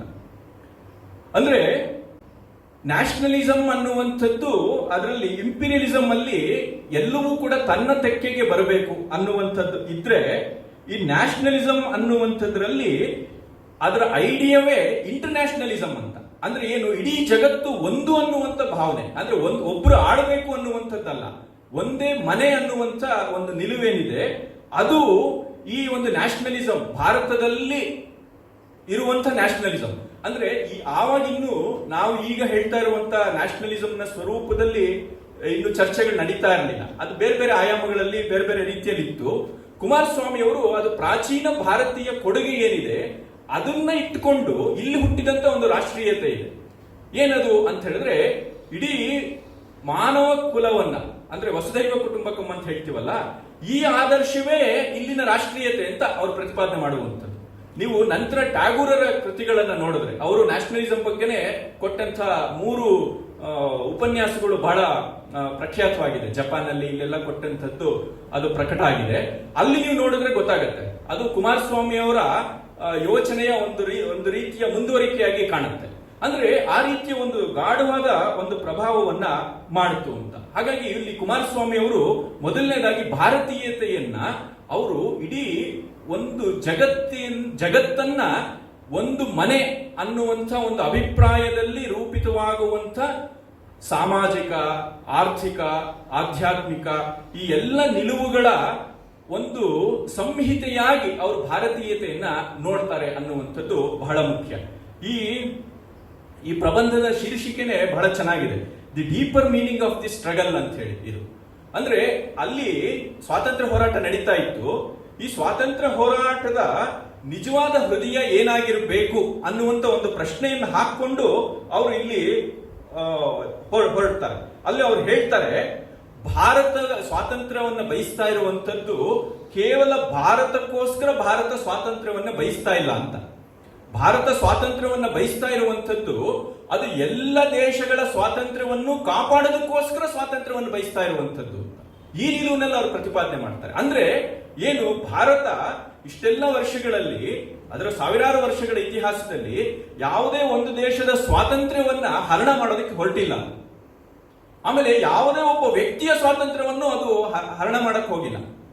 ಇಲ್ಲಿ ಹಲವಾರು ಮಾರ್ಗಗಳಿದೆ. ಅದು ಮುಂದೆ ಬಹಳ ಅದ್ಭುತವಾಗಿ ಅವರು ಅದರ ನಾನು ಡ್ಯಾನ್ಸ್ ಆಫ್ ಶಿವ ಪ್ರಬಂಧದಲ್ಲಿ ಅವರು ಪ್ರಕಟ ಮಾಡ್ತಾರೆ. ಮನುಷ್ಯ ಅವನು ಯಾವ ಒಂದು ದಾರಿಯಲ್ಲಿ ಹೋದ್ರೂ ಕೂಡ ಅವನಿಗೆ ಇಲ್ಲಿ ನಿರ್ಬಂಧವನ್ನ ಹಾಕೋದಿಲ್ಲ. ಅದು ಭಾರತೀಯತೆ ಅಲ್ಲ ಅಂತ. ಪ್ರಧಾನವಾಗಿ ಏನು, ನಮ್ಮ ಜೀವನ ವಿಧಾನದಲ್ಲಿ ನಾವು 2 ದಾರಿಗಳನ್ನು ಆಯ್ಕೆ ಮಾಡ್ಕೊಳ್ತೀವಿ. ಆ 2 ದಾರಿಗಳೇ 100 ಕೌಲುಗಳಾಗತ್ತೆ. ಒಂದು ಏನು, ಒಂದು ಪ್ರವೃತ್ತಿ ಧರ್ಮ ಅಂತ, ಏನು ಪ್ರವೃತ್ತಿ ಧರ್ಮ? ನಾನು ಚೆನ್ನಾಗಿರ್ಬೇಕು, ನಾನು ಮದುವೆ ಆಗ್ಬೇಕು, ಚೆನ್ನಾಗಿ ಓದ್ಬೇಕು, ಮದುವೆ ಆಗ್ಬೇಕು, ಮಕ್ಕಳಾಗ್ಬೇಕು, ಆಮೇಲೆ ಆಸ್ತಿ ಮಾಡಬೇಕು, ಜೀವನವನ್ನು ಆರಾಮಾಗಿರ್ಬೇಕು, ಓಡಾಡ್ಕೊಂಡಿರ್ಬೇಕು, ಹೀಗೆಲ್ಲ ಅನ್ಕೊಳ್ಳುವಂಥದ್ದು ಪ್ರವೃತ್ತಿ ಧರ್ಮ. ಇನ್ನೊಂದೇನು ನಿವೃತ್ತಿ ಧರ್ಮ. ನನಗೆ ಯಾವುದ್ರಲ್ಲೂ ಆಸಕ್ತಿ ಇಲ್ಲ, ನನ್ನ ಪಾಡಿಗೆ ನಾನು ನನ್ನ ಸಂತೋಷದಲ್ಲಿ ನಾನಿರುವಂಥದ್ದು, ನನಗೆ ಮನೆ ಬೇಡ, ಮಕ್ಕಳು ಬೇಡ, ನನ್ನ ಪಾಡಿಗೆ ನಾನು ಸಂತೋಷದಲ್ಲಿ ಇರ್ತೀನಿ, ನನ್ನ ಸಂತೋಷ ಏನು, ಜೀವನ ಅಂದ್ರೆ ಏನು, ಇದರ ಅನ್ವೇಷಣೆಯಲ್ಲಿ ನಾನು ಇರ್ತೀನಿ ಅನ್ನುವಂಥದ್ದು. ಎರಡೇ ತಾನೆ, ಈ ಎರಡರ ಒಳಗಡೆ ಎಲ್ಲನೂ ಬರುತ್ತೆ ಅಂತ. ಇದು ಭಾರತದಲ್ಲಿ ನೀನು ಸುಖದಲ್ಲಿ ಇರ್ತೀಯ ಅಂತ ಹೇಳಿದ್ರೆ ಅದಕ್ಕೂ ಅವಕಾಶ ಇದೆ, ಭೋಗ ಅದಕ್ಕೂ ಅವಕಾಶ ಕೊಟ್ಟಿದೆ. ಬೇಡ ನನಗೆ ತ್ಯಾಗನೇ ಸಾಕು ಅಂತ ಹೇಳಿದ್ರೆ ಅದಕ್ಕೂ ಅವಕಾಶ ಕೊಟ್ಟಿದೆ ಅಂತ. ಹಾಗಾಗಿ ನಿನಗೆ ಇದು ಎರಡು ಕೊಟ್ಟ ಮೇಲೆ ಯಾವುದೇ ವ್ಯಕ್ತಿಯನ್ನ ನೀನು ಮಾಡ್ತಾ ಇರುವಂತದ್ದು ಸರಿ ಅಲ್ಲ ಅಂತ ಹೇಳುವಂತ ಪ್ರಸಂಗ ಬರೋದೇ ಇಲ್ಲ ಅಲ್ವಾ? ಅದಕ್ಕೆ ಒಂದು ನಿದರ್ಶನ ಏನು ಅಂತ ಹೇಳಿದ್ರೆ, ಈಗ ಪುರುಷಾರ್ಥಗಳ ಕಲ್ಪನೆ. ಏನು ಪುರುಷಾರ್ಥಗಳ ಕಲ್ಪನೆ? ಅಲ್ಲಿ ಮನುಷ್ಯನಿಗೆ ಬರುವಂತ ಎಲ್ಲ ಬಯಕೆಗಳಿಗೂ ಅವಕಾಶ ಕೊಟ್ಟಿದ್ದಾರೆ. ಧರ್ಮ, ಅರ್ಥ, ಕಾಮ, ಮೋಕ್ಷ, ಇದೇ ತಾನೇ ಪುರುಷಾರ್ಥ ಅಂತ ಹೇಳುವಂಥದ್ದು. ಕಾಮಕ್ಕೂ ಅವಕಾಶ ಇದೆ, ಅರ್ಥಕ್ಕೂ ಅವಕಾಶ ಇದೆ. ಕಾಮ ಅಂದ್ರೆ ಏನು? ನನಗೆ ಬೇಕು ಅನ್ನುವಂಥದ್ದು ಎಲ್ಲವೂ ಕೂಡ ಸೇರುತ್ತೆ, ಇನ್ಕ್ಲೂಡಿಂಗ್ ಗಂಡಿಗೆ ಹೆಣ್ಣು, ಹೆಣ್ಣಿಗೆ ಗಂಡು ಅನ್ನುವಂಥದ್ದು, ಇದಕ್ಕೂ ಅವಕಾಶ ಇದೆ. ಆಮೇಲೆ ಅರ್ಥ ಅಂತ ಹೇಳಿದ್ರೆ ಕೇವಲ ದುಡ್ಡಷ್ಟೇ ಅಲ್ಲ, ಎಲ್ಲವೂ ನನಗೆ ಸುಖ ಪಡೋದಕ್ಕೆ ಏನೆಲ್ಲ ವಸ್ತುಗಳು ಬೇಕು ಅದೆಲ್ಲವೂ ಇದೆ. ಅದು ಪುರುಷಾರ್ಥದಲ್ಲಿ ಸೇರಿಸ್ಬಿಟ್ಟಿದ್ದಾರೆ. ಪುರುಷಾರ್ಥ ಅಂದ್ರೆ ಏನು? ಒಬ್ಬ ಮನುಷ್ಯ ತನಗೆ ಬೇಕು ಅನ್ನುವಂಥ ಒಂದು ಹಕ್ಕಿನಿಂದ ಪ್ರತಿಪಾದನೆ ಮಾಡಿ ತಗೊಳ್ಳುವಂಥದ್ದು, ಅದು ಸಹಜ ಪ್ರವೃತ್ತಿ, ಒಂದು ಇನ್ಸ್ಟಿಂಕ್ಟ್ ಅಂತ ಹೇಳ್ತೀವಲ್ಲ, ಅದಕ್ಕೆ ಇನ್ನೊಂದು ಬಾಹ್ಯವಾದಂತ ಒಂದು ಒತ್ತಡ, ಯಾರೋ ಅಲ್ಲಿದೆ ತಗೊಳ್ಳೋ ಅಂತ ಹೇಳ್ಬೇಕಾಗಿಲ್ಲ. ಹುಟ್ಟಿದ ಮನುಷ್ಯರಿಗೆ ಎಲ್ಲರಿಗೂ ಕೂಡ ಈ ಪ್ರವೃತ್ತಿ ಇರುತ್ತೆ. ಅವನು ನಾನು ಚೆನ್ನಾಗಿರ್ಬೇಕು, ಊಟ ಮಾಡಿದ್ರೆ ನನಗೆ ಹಸಿವು ಹೋಗುತ್ತೆ ಅಲ್ವಾ, ನಾನು ಅವ್ರನ್ನ ಇಷ್ಟಪಟ್ಟರೆ ನನಗೆ ಸುಖ ಸಿಗತ್ತೆ, ಈ ರೀತಿಯ ಭಾವನೆ ಅದು ಸಹಜವಾಗಿರುತ್ತೆ. ಪ್ರಾಣಿಗಳಿಗೂ ಮನುಷ್ಯರಿಗೂ ಸಹಜವಾಗಿರುವಂತ ಅದು ಒಂದು ಇನ್ಸ್ಟಿಂಕ್ಟ್, ಅದು ಸ್ವಭಾವ. ಅದನ್ನ ಇವರು ಪುರುಷಾರ್ಥ ಅಂತ ಕರೆದು, ಅಂದ್ರೆ ಪುರುಷ ಅಂತ ಹೇಳಿದ್ರೆ ಗಂಡು ಅಂತ ಅಷ್ಟೇ ಅಲ್ಲ, ಎಲ್ಲೋ ಮನುಷ್ಯ ಕುಲ ಅಂತ, ಮಾನವ ಕುಲ ತನ್ನ ಏಳಿಗೆಗೋಸ್ಕರ ಏನು ಬಯಸ್ತಾರೋ ಅದನ್ನ ಪುರುಷ ಅರ್ಥ ಅಂತ ಕರೆದು. ಅರ್ಥ ಅಂತ ಹೇಳಿದ್ರೆ ಅದು ಫುಲ್ಫಿಲ್ಮೆಂಟ್ಗೆ ಇರುವಂತದ್ದು ಅಂತ. ಅದರಲ್ಲೂ ಕಾಮವನ್ನು ಸೇರಿಸಿದ್ರು, ಅರ್ಥವನ್ನು ಸೇರಿಸಿದ್ರು ಅಂತ. ಆದರೆ ಇಲ್ಲಿ ಒಂದು ಎಚ್ಚರಿಕೆಯನ್ನು ತಗೊಂಡ್ರು. ಎಲ್ಲ ಸ್ವಾತಂತ್ರ್ಯ ಕೊಟ್ಟಲೆ ಈ ಸ್ವಾತಂತ್ರ್ಯಕ್ಕೆ ಒಂದು ಚೌಕಟ್ಟನ್ನು ಕೊಟ್ಟರು ಅಂತ. ಅದು ಭಾರತೀಯರ ವಿಶೇಷತೆ. ಅವರು ಈ ಪುರುಷಾರ್ಥದಲ್ಲಿ ಕಾಮವನ್ನ ಸೇರಿಸಿದ್ರು, ಅದೇ ರೀತಿಯಲ್ಲಿ ಈ ಕಾಮವನ್ನ ಅರಿಷಡ್ವರ್ಗದಲ್ಲೂ ಕಾಣಿಸಿದ್ರು. ಅರಿಷಡ್ವರ್ಗ ಏನು ಅಂತ ಹೇಳಿದ್ರೆ, ನೋಡಪ್ಪ ಇದು ನೀನು ಏನು, ಅದು ಧರ್ಮ, ಅರ್ಥ ಇರ್ಬೋದು ಅಥವಾ ಕಾಮ ಇರ್ಬೋದು, ಇದು ಧರ್ಮಕ್ಕೆ ಅಧೀನವಾಗಿರ್ಬೇಕು, ಒಂದು ಚೌಕಟ್ಟಲ್ಲಿ ಒಳಗಡೆ ಇರಬೇಕು. ಇದಕ್ಕೊಂದು ಆದರ್ಶ ಏನು? ಈಶಾವಾಸ್ಯದ ಆದರ್ಶ. ಈಶಾವಾಸ್ಯಮಿದಂ ಸರ್ವಂ ಯತ್ಕಿಂಚ ಜಗತ್ಯಾಂ ಜಗತಿ ತೇನ ತೆಕ್ತೇನ ಭುಂಜೀತಾಹ ಮಾಕೃತಃ ಕಸ್ಯ ಸ್ವಿಧನಂ ಅಂತ ಹೇಳಿ. ನೀನು ಎಲ್ಲವನ್ನು ಪಡಿಬಹುದು, ಆದ್ರೆ ಮಾಕೃತಃ ಲೋಭ ಪಡಬಾರ್ದು. ನಿನಗೆಷ್ಟು ಬೇಕೋ ಅಷ್ಟು ತಗೋಬೇಕು ಅಂತ. ನಿನಗೆ ಎಷ್ಟು ಬೇಕು, ನಿನಗೆಷ್ಟು ಸೇರಿದೆಯೋ ಅಷ್ಟು ನೀನು ತಗೊಂಡ್ರೆ ಅದು ಪುರುಷಾರ್ಥ ಆಗತ್ತೆ. ನಿನಗೆ ಬೇಡದೇ ಇರೋ ವಸ್ತುಗೆ ನೀನು ಕೈ ಹಾಕಿದ್ರೆ ಅದು ನಿನಗೆ ವೈರ, ನಿನಗೆ ಅನಾಹುತವನ್ನು ಉಂಟು ಮಾಡುತ್ತೆ ಅಂತ ಈ ಎಚ್ಚರಿಕೆಯನ್ನು ಕೊಟ್ಟು ಮನುಷ್ಯನ ಎಲ್ಲ ಸ್ವಾತಂತ್ರ್ಯವನ್ನು ಕಾಪಾಡುವಂತಹ ಒಂದು ವ್ಯವಸ್ಥೆಯನ್ನ ಇಲ್ಲಿ ಸಮಾಜ ರಚನೆಯಲ್ಲಿ ಮಾಡಿದ್ದು ಭಾರತೀಯ ಋಷಿಗಳ ಒಂದು ಹೆಗ್ಗಳಿಕೆ ಅನ್ನೋದನ್ನ ಕುಮಾರಸ್ವಾಮಿ ಅವರು ಪ್ರತಿಪಾದನೆ ಮಾಡಿದ್ರು. ಇದು ಪ್ರವೃತ್ತಿ ಧರ್ಮ. ನಿವೃತ್ತಿ ಧರ್ಮದಲ್ಲಿ ನಮ್ಗೆ ಗೊತ್ತಿದೆ ಅಧ್ಯಾತ್ಮ ಇತ್ಯಾದಿ ಅಂತ. ಭಾರತೀಯತೆಯ ಒಂದು ಉತ್ತುಂಗ ಒಂದು ಚಿಂತನೆ ಅಂತ ಹೇಳಿದ್ರೆ ಈ ತ್ಯಾಗದಲ್ಲಿದೆ ಅನ್ನುವಂಥದ್ದೆಲ್ಲ ಅವರು ಪ್ರತಿಪಾದನೆಯನ್ನ ಮಾಡಿದ್ರು ಅಂತ. ಹೀಗಾಗಿ ಈ ಭಾರತೀಯತೆಯಲ್ಲಿ ನಾವು ಎಲ್ಲ ರಾಷ್ಟ್ರಗಳ ಸ್ವಾತಂತ್ರ್ಯವನ್ನು ಕಾಪಾಡುವಂಥ, ಜಗತ್ತಿನ ಎಲ್ಲ ವ್ಯಕ್ತಿಗಳು, ಎಲ್ಲ ಪ್ರಾಣಿ ಪಕ್ಷಿ ಏನೆಲ್ಲ ಇದೆ ಆ ಎಲ್ಲದರ ಸ್ವಾತಂತ್ರ್ಯವನ್ನ ಕಾಪಾಡುವಂಥ ನಿಲುವಿನಿಂದ ಹೊರಟಂತದ್ದೇ ಭಾರತೀಯತೆ ಅನ್ನುವಂಥ ಒಂದು ವಿಶಾಲವಾದಂಥ ಅರ್ಥದಲ್ಲಿ ಅವರು ಭಾರತೀಯತೆಯನ್ನ ಪ್ರತಿಪಾದನೆ ಮಾಡಿದ್ರು ಅಂತ. ಅವರು ಒಂದು ಸಂದರ್ಭದಲ್ಲಿ ಭಾರತಕ್ಕೆ ಸ್ವಾತಂತ್ರ್ಯ ಬಂದಾಗ ಅವರು ಅಲ್ಲಿ ಅಮೆರಿಕದಲ್ಲಿ ಇರ್ತಾರೆ. ಆಗ ಆ ಸಂದರ್ಭದಲ್ಲಿ ಅಲ್ಲಿನ ಭಾರತೀಯರೆಲ್ಲರೂ ಸೇರಿ ಅವರು ಒಂದು ಉಪನ್ಯಾಸವನ್ನು, ಭಾಷಣವನ್ನು ಮಾಡಬೇಕು, ನಮಗೊಂದು ಸಂದೇಶವನ್ನು ಕೊಡಬೇಕು ಅಂತ ಕೇಳ್ತಾರೆ. ಆಗ ಅವರು ಒಂದು ಅದ್ಭುತವಾದಂತ ಒಂದು ಭಾಷಣವನ್ನು ಮಾಡ್ತಾರೆ. ಅಲ್ಲಿ ಅವರು ಹೇಳ್ತಾರೆ, ಅಲ್ಲಿ ಭಾರತೀಯ ಸಂಸ್ಕೃತಿ ಈಗ ಹಾದಿಯನ್ನ ತಪ್ಪಿರೋದ್ರಿಂದ ಅದರ ಪುನರುಜ್ಜೀವನ ಬೇಕಾಗಿದೆ ಅನ್ನುವಂಥ ನೆಲೆಯಲ್ಲಿ ಅವರು ಪ್ರತಿಪಾದನೆಯನ್ನ ಮಾಡ್ತಾರೆ. ಅಲ್ಲಿ ಅವರು ಬಹಳ ಹೇಳ್ತಾರೆ, ಅದ್ಭುತವಾಗಿ ಹೇಳ್ತಾರೆ, ದಿಸ್ ಕಲ್ಚರ್ ಅಂದ್ರೆ ಭಾರತೀಯ ಸಂಸ್ಕೃತಿ, this culture is valid for us not so much because it is Indian. ಈ ಭಾರತೀಯ ಸಂಸ್ಕೃತಿ ಅನ್ನುವಂಥದ್ದು ನಮಗೆ ಬಹಳ ಮುಖ್ಯವಾಗಿರುವಂಥದ್ದು. ಮತ್ತೆ ಇದು ನಮಗೆ ಬೇಕು ಅಂತ ನಾವು ಹೇಳ್ತಾ ಇರುವಂಥದ್ದು ಇದು ಭಾರತೀಯ ಸಂಸ್ಕೃತಿ ಅನ್ನೋ ಕಾರಣಕ್ಕಲ್ಲ. Not so much because it is Indian as because. ಆದರೆ ಯಾಕೆ ಬೇಕು ಈ ಸಂಸ್ಕೃತಿ ಅಂತ ಹೇಳಿದ್ರೆ ಇಟ್ ಈಸ್ ಕಲ್ಚರ್. ಇದು ಭಾರತೀಯ ಸಂಸ್ಕೃತಿ ಅನ್ನೋ ಕಾರಣಕ್ಕೆ ನಮಗೆ ಬೇಕಾಗಿಲ್ಲ, ಮುಖ್ಯ ಅಂತ ನಾನು ಹೇಳ್ತಿಲ್ಲ. ಇದು ಯಾಕೆ ಮುಖ್ಯ ಅಂತ ಹೇಳಿದ್ರೆ ಇದೇ ಸಂಸ್ಕೃತಿ ಅಂತ ಅವ್ರು ಹೇಳೋದು. ಅದು ಬಹಳ ವ್ಯತ್ಯಾಸ ಇದೆ. ಇವಾಗ ನಾವು ಭಾರತೀಯ ಸಂಸ್ಕೃತಿ ಅಂತ ನಾವು ಪ್ರತ್ಯೇಕವಾಗಿ ಹೇಳಬೇಕಾಗಿಲ್ಲ. ಅದು ಸಂಸ್ಕೃತಿ ಅಂತ ಹೇಳಿದ್ರೆ ಅದು ಭಾರತೀಯತೆ ಅನ್ನುವಂತ ಒಂದು ಈಕ್ವೇಶನ್ ಅನ್ನ ಅವ್ರು ಮಾಡ್ತಾರೆ ಅಂತ. ಇದು ಬಹಳ ಅದ್ಭುತವಾದಂತ ಒಂದು ನಿಲುವು. ಅವರು ಒಂದು ಜಾಗದಲ್ಲಿ ಹೇಳ್ತಾರೆ, ಅವ್ರು ಪದೇ ಪದೇ ಅದನ್ನ ಬರೆದಿದ್ದಾರೆ. ನಾನು ಭಾರತ ಅಂತ ಹೇಳುವಂಥದ್ದು ಭೌಗೋಳಿಕವಾಗಿ ಏನಿವತ್ತು ನೀವು ಒಂದು ಮ್ಯಾಪಲ್ಲಿ ತೋರಿಸ್ತಿರಲ್ಲ ಭಾರತ ಅಂತೇಳಿ, ಅದಷ್ಟೇ ಅಲ್ಲ ಅಂತ. ನನಗೆ ಯಾವತ್ತು ಭೌಗೋಳಿಕ ಭಾರತ ಮುಖ್ಯ ಅಲ್ಲ. ಇಡೀ ಈ ಈಸ್ಟ್ ವೆಸ್ಟ್ ಅನ್ನುವಂಥದ್ದು ಭೌಗೋಳಿಕ ಚರ್ಚೆ ಅಲ್ಲ. ಭಾರತ ಅಭಾರತ ಅನ್ನುವಂಥದ್ದು ಭೌಗೋಳಿಕ ಚರ್ಚೆ ಅಲ್ಲ. ಅದು ಸಂಸ್ಕೃತಿಯೋ ವಿಕೃತಿಯೋ ಅನ್ನುವಂಥದ್ದು ಅಷ್ಟೇ. ಅದು ಸಂಸ್ಕೃತಿ ಆಗಿದ್ರೆ ಅದು ಭಾರತೀಯವಾಗಿರುತ್ತೆ, ವಿಕೃತವಾಗಿದ್ರೆ ಅದು ಅಭಾರತೀಯವಾಗಿರುತ್ತೆ. ಈ ಒಂದು ನಿಲುವನ್ನು ಅವರು ಪ್ರಕಟ ಮಾಡ್ತಾರೆ ಅಂತ. ಅದು ಬಹಳ ಅದ್ಭುತವಾದಂಥದ್ದು. ನನಗೆ ಸಾಕಷ್ಟು ಏನೇನೋ ಓದಿ ಅದನ್ನ ಹೇಳೋಣ ಅಂತ ಮಾಡ್ಕೊಂಡಿದ್ದೀನಿ, ಬಟ್ ಆಗೋದಿಲ್ಲ, ಅಷ್ಟು ನನಗೆ ಗೊತ್ತಿದೆ. ಹಾಗಾಗಿ ಅದು ಹೇಗೆ ಹೋಗ್ತಿದೆಯೋ ನಾನು ಹಾಗಾಗಿ ಹೋಗ್ತಾ ಇದ್ದೀನಿ ಅಷ್ಟೇ. ಅದನ್ನ ಅಷ್ಟು ಸುಲಭಕ್ಕೆ ಕೆಲವೊಂದು ನಿಮಿಷಗಳಲ್ಲಿ ಒಟ್ಟು ಅವರ ಎಲ್ಲ ಆಶಯಗಳನ್ನ ಹೇಳೋದಕ್ಕೆ ಕಷ್ಟ. ಅಂದ್ರೆ ಅವರು ಎಷ್ಟು ಅದು ಅದ್ಭುತವಾಗಿ ಹೇಳ್ಬಿಡ್ತಾರೆ ಅಂತ ಹೇಳಿದ್ರೆ, ಜಗತ್ನಲ್ಲಿ ಇರುವಂತದ್ದು ಒಂದೇ ಧರ್ಮ, ಅದು ಸನಾತನ ಧರ್ಮ. ಹಾಗಾಗಿ ನೀವು ಅದನ್ನ ಬೇರೆಯಾಗಿ ನೀವು ನೋಡ್ಬೇಕಾಗಿಲ್ಲ.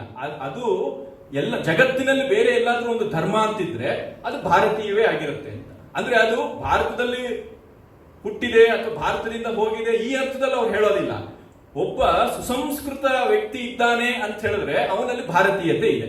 ಒಂದು ಸಂಸ್ಕೃತಿಯಲ್ಲಿ, ಒಂದು ಯಾವುದೋ ಬೇರೆ ದೇಶದಲ್ಲಿ ಅಲ್ಲಿ ಒಂದು ವ್ಯವಸ್ಥೆಯಲ್ಲಿ, ಅಲ್ಲಿನ ಕಲೆಯಲ್ಲಿ, ಅಲ್ಲಿನ ಇದರಲ್ಲಿ ಈ ಮನುಷ್ಯನನ್ನ ಎತ್ತರಕ್ಕೇರಿಸಬೇಕು, ಎಲ್ಲರ ಹಿತವನ್ನ ಕಾಪಾಡಬೇಕು, ಈ ರೀತಿಯ ಒಂದು ಅಂಶಗಳು ಅವ್ರ ಭಾರತೀಯತೆಗೆ ಒಂದಷ್ಟು ಏನು ಹೇಳ್ತಾರೆ ಅದೆಲ್ಲ ಇತ್ತು ಅಂತ ಹೇಳಿದ್ರೆ ಅದು ಭಾರತೀಯತೆನೆ. ಅವನು ಯಾವ ದೇಶದವರು ಅನ್ನೋದು ಆಗಿರಲಿ ಅಂತ ಈ ರೀತಿಯ ಅಭಿಪ್ರಾಯಗಳನ್ನೆಲ್ಲ ಅವರು ಬಹಳ ಅದ್ಭುತವಾಗಿ ಕಂಡರಿಸ್ತಾರೆ ಅಂತ.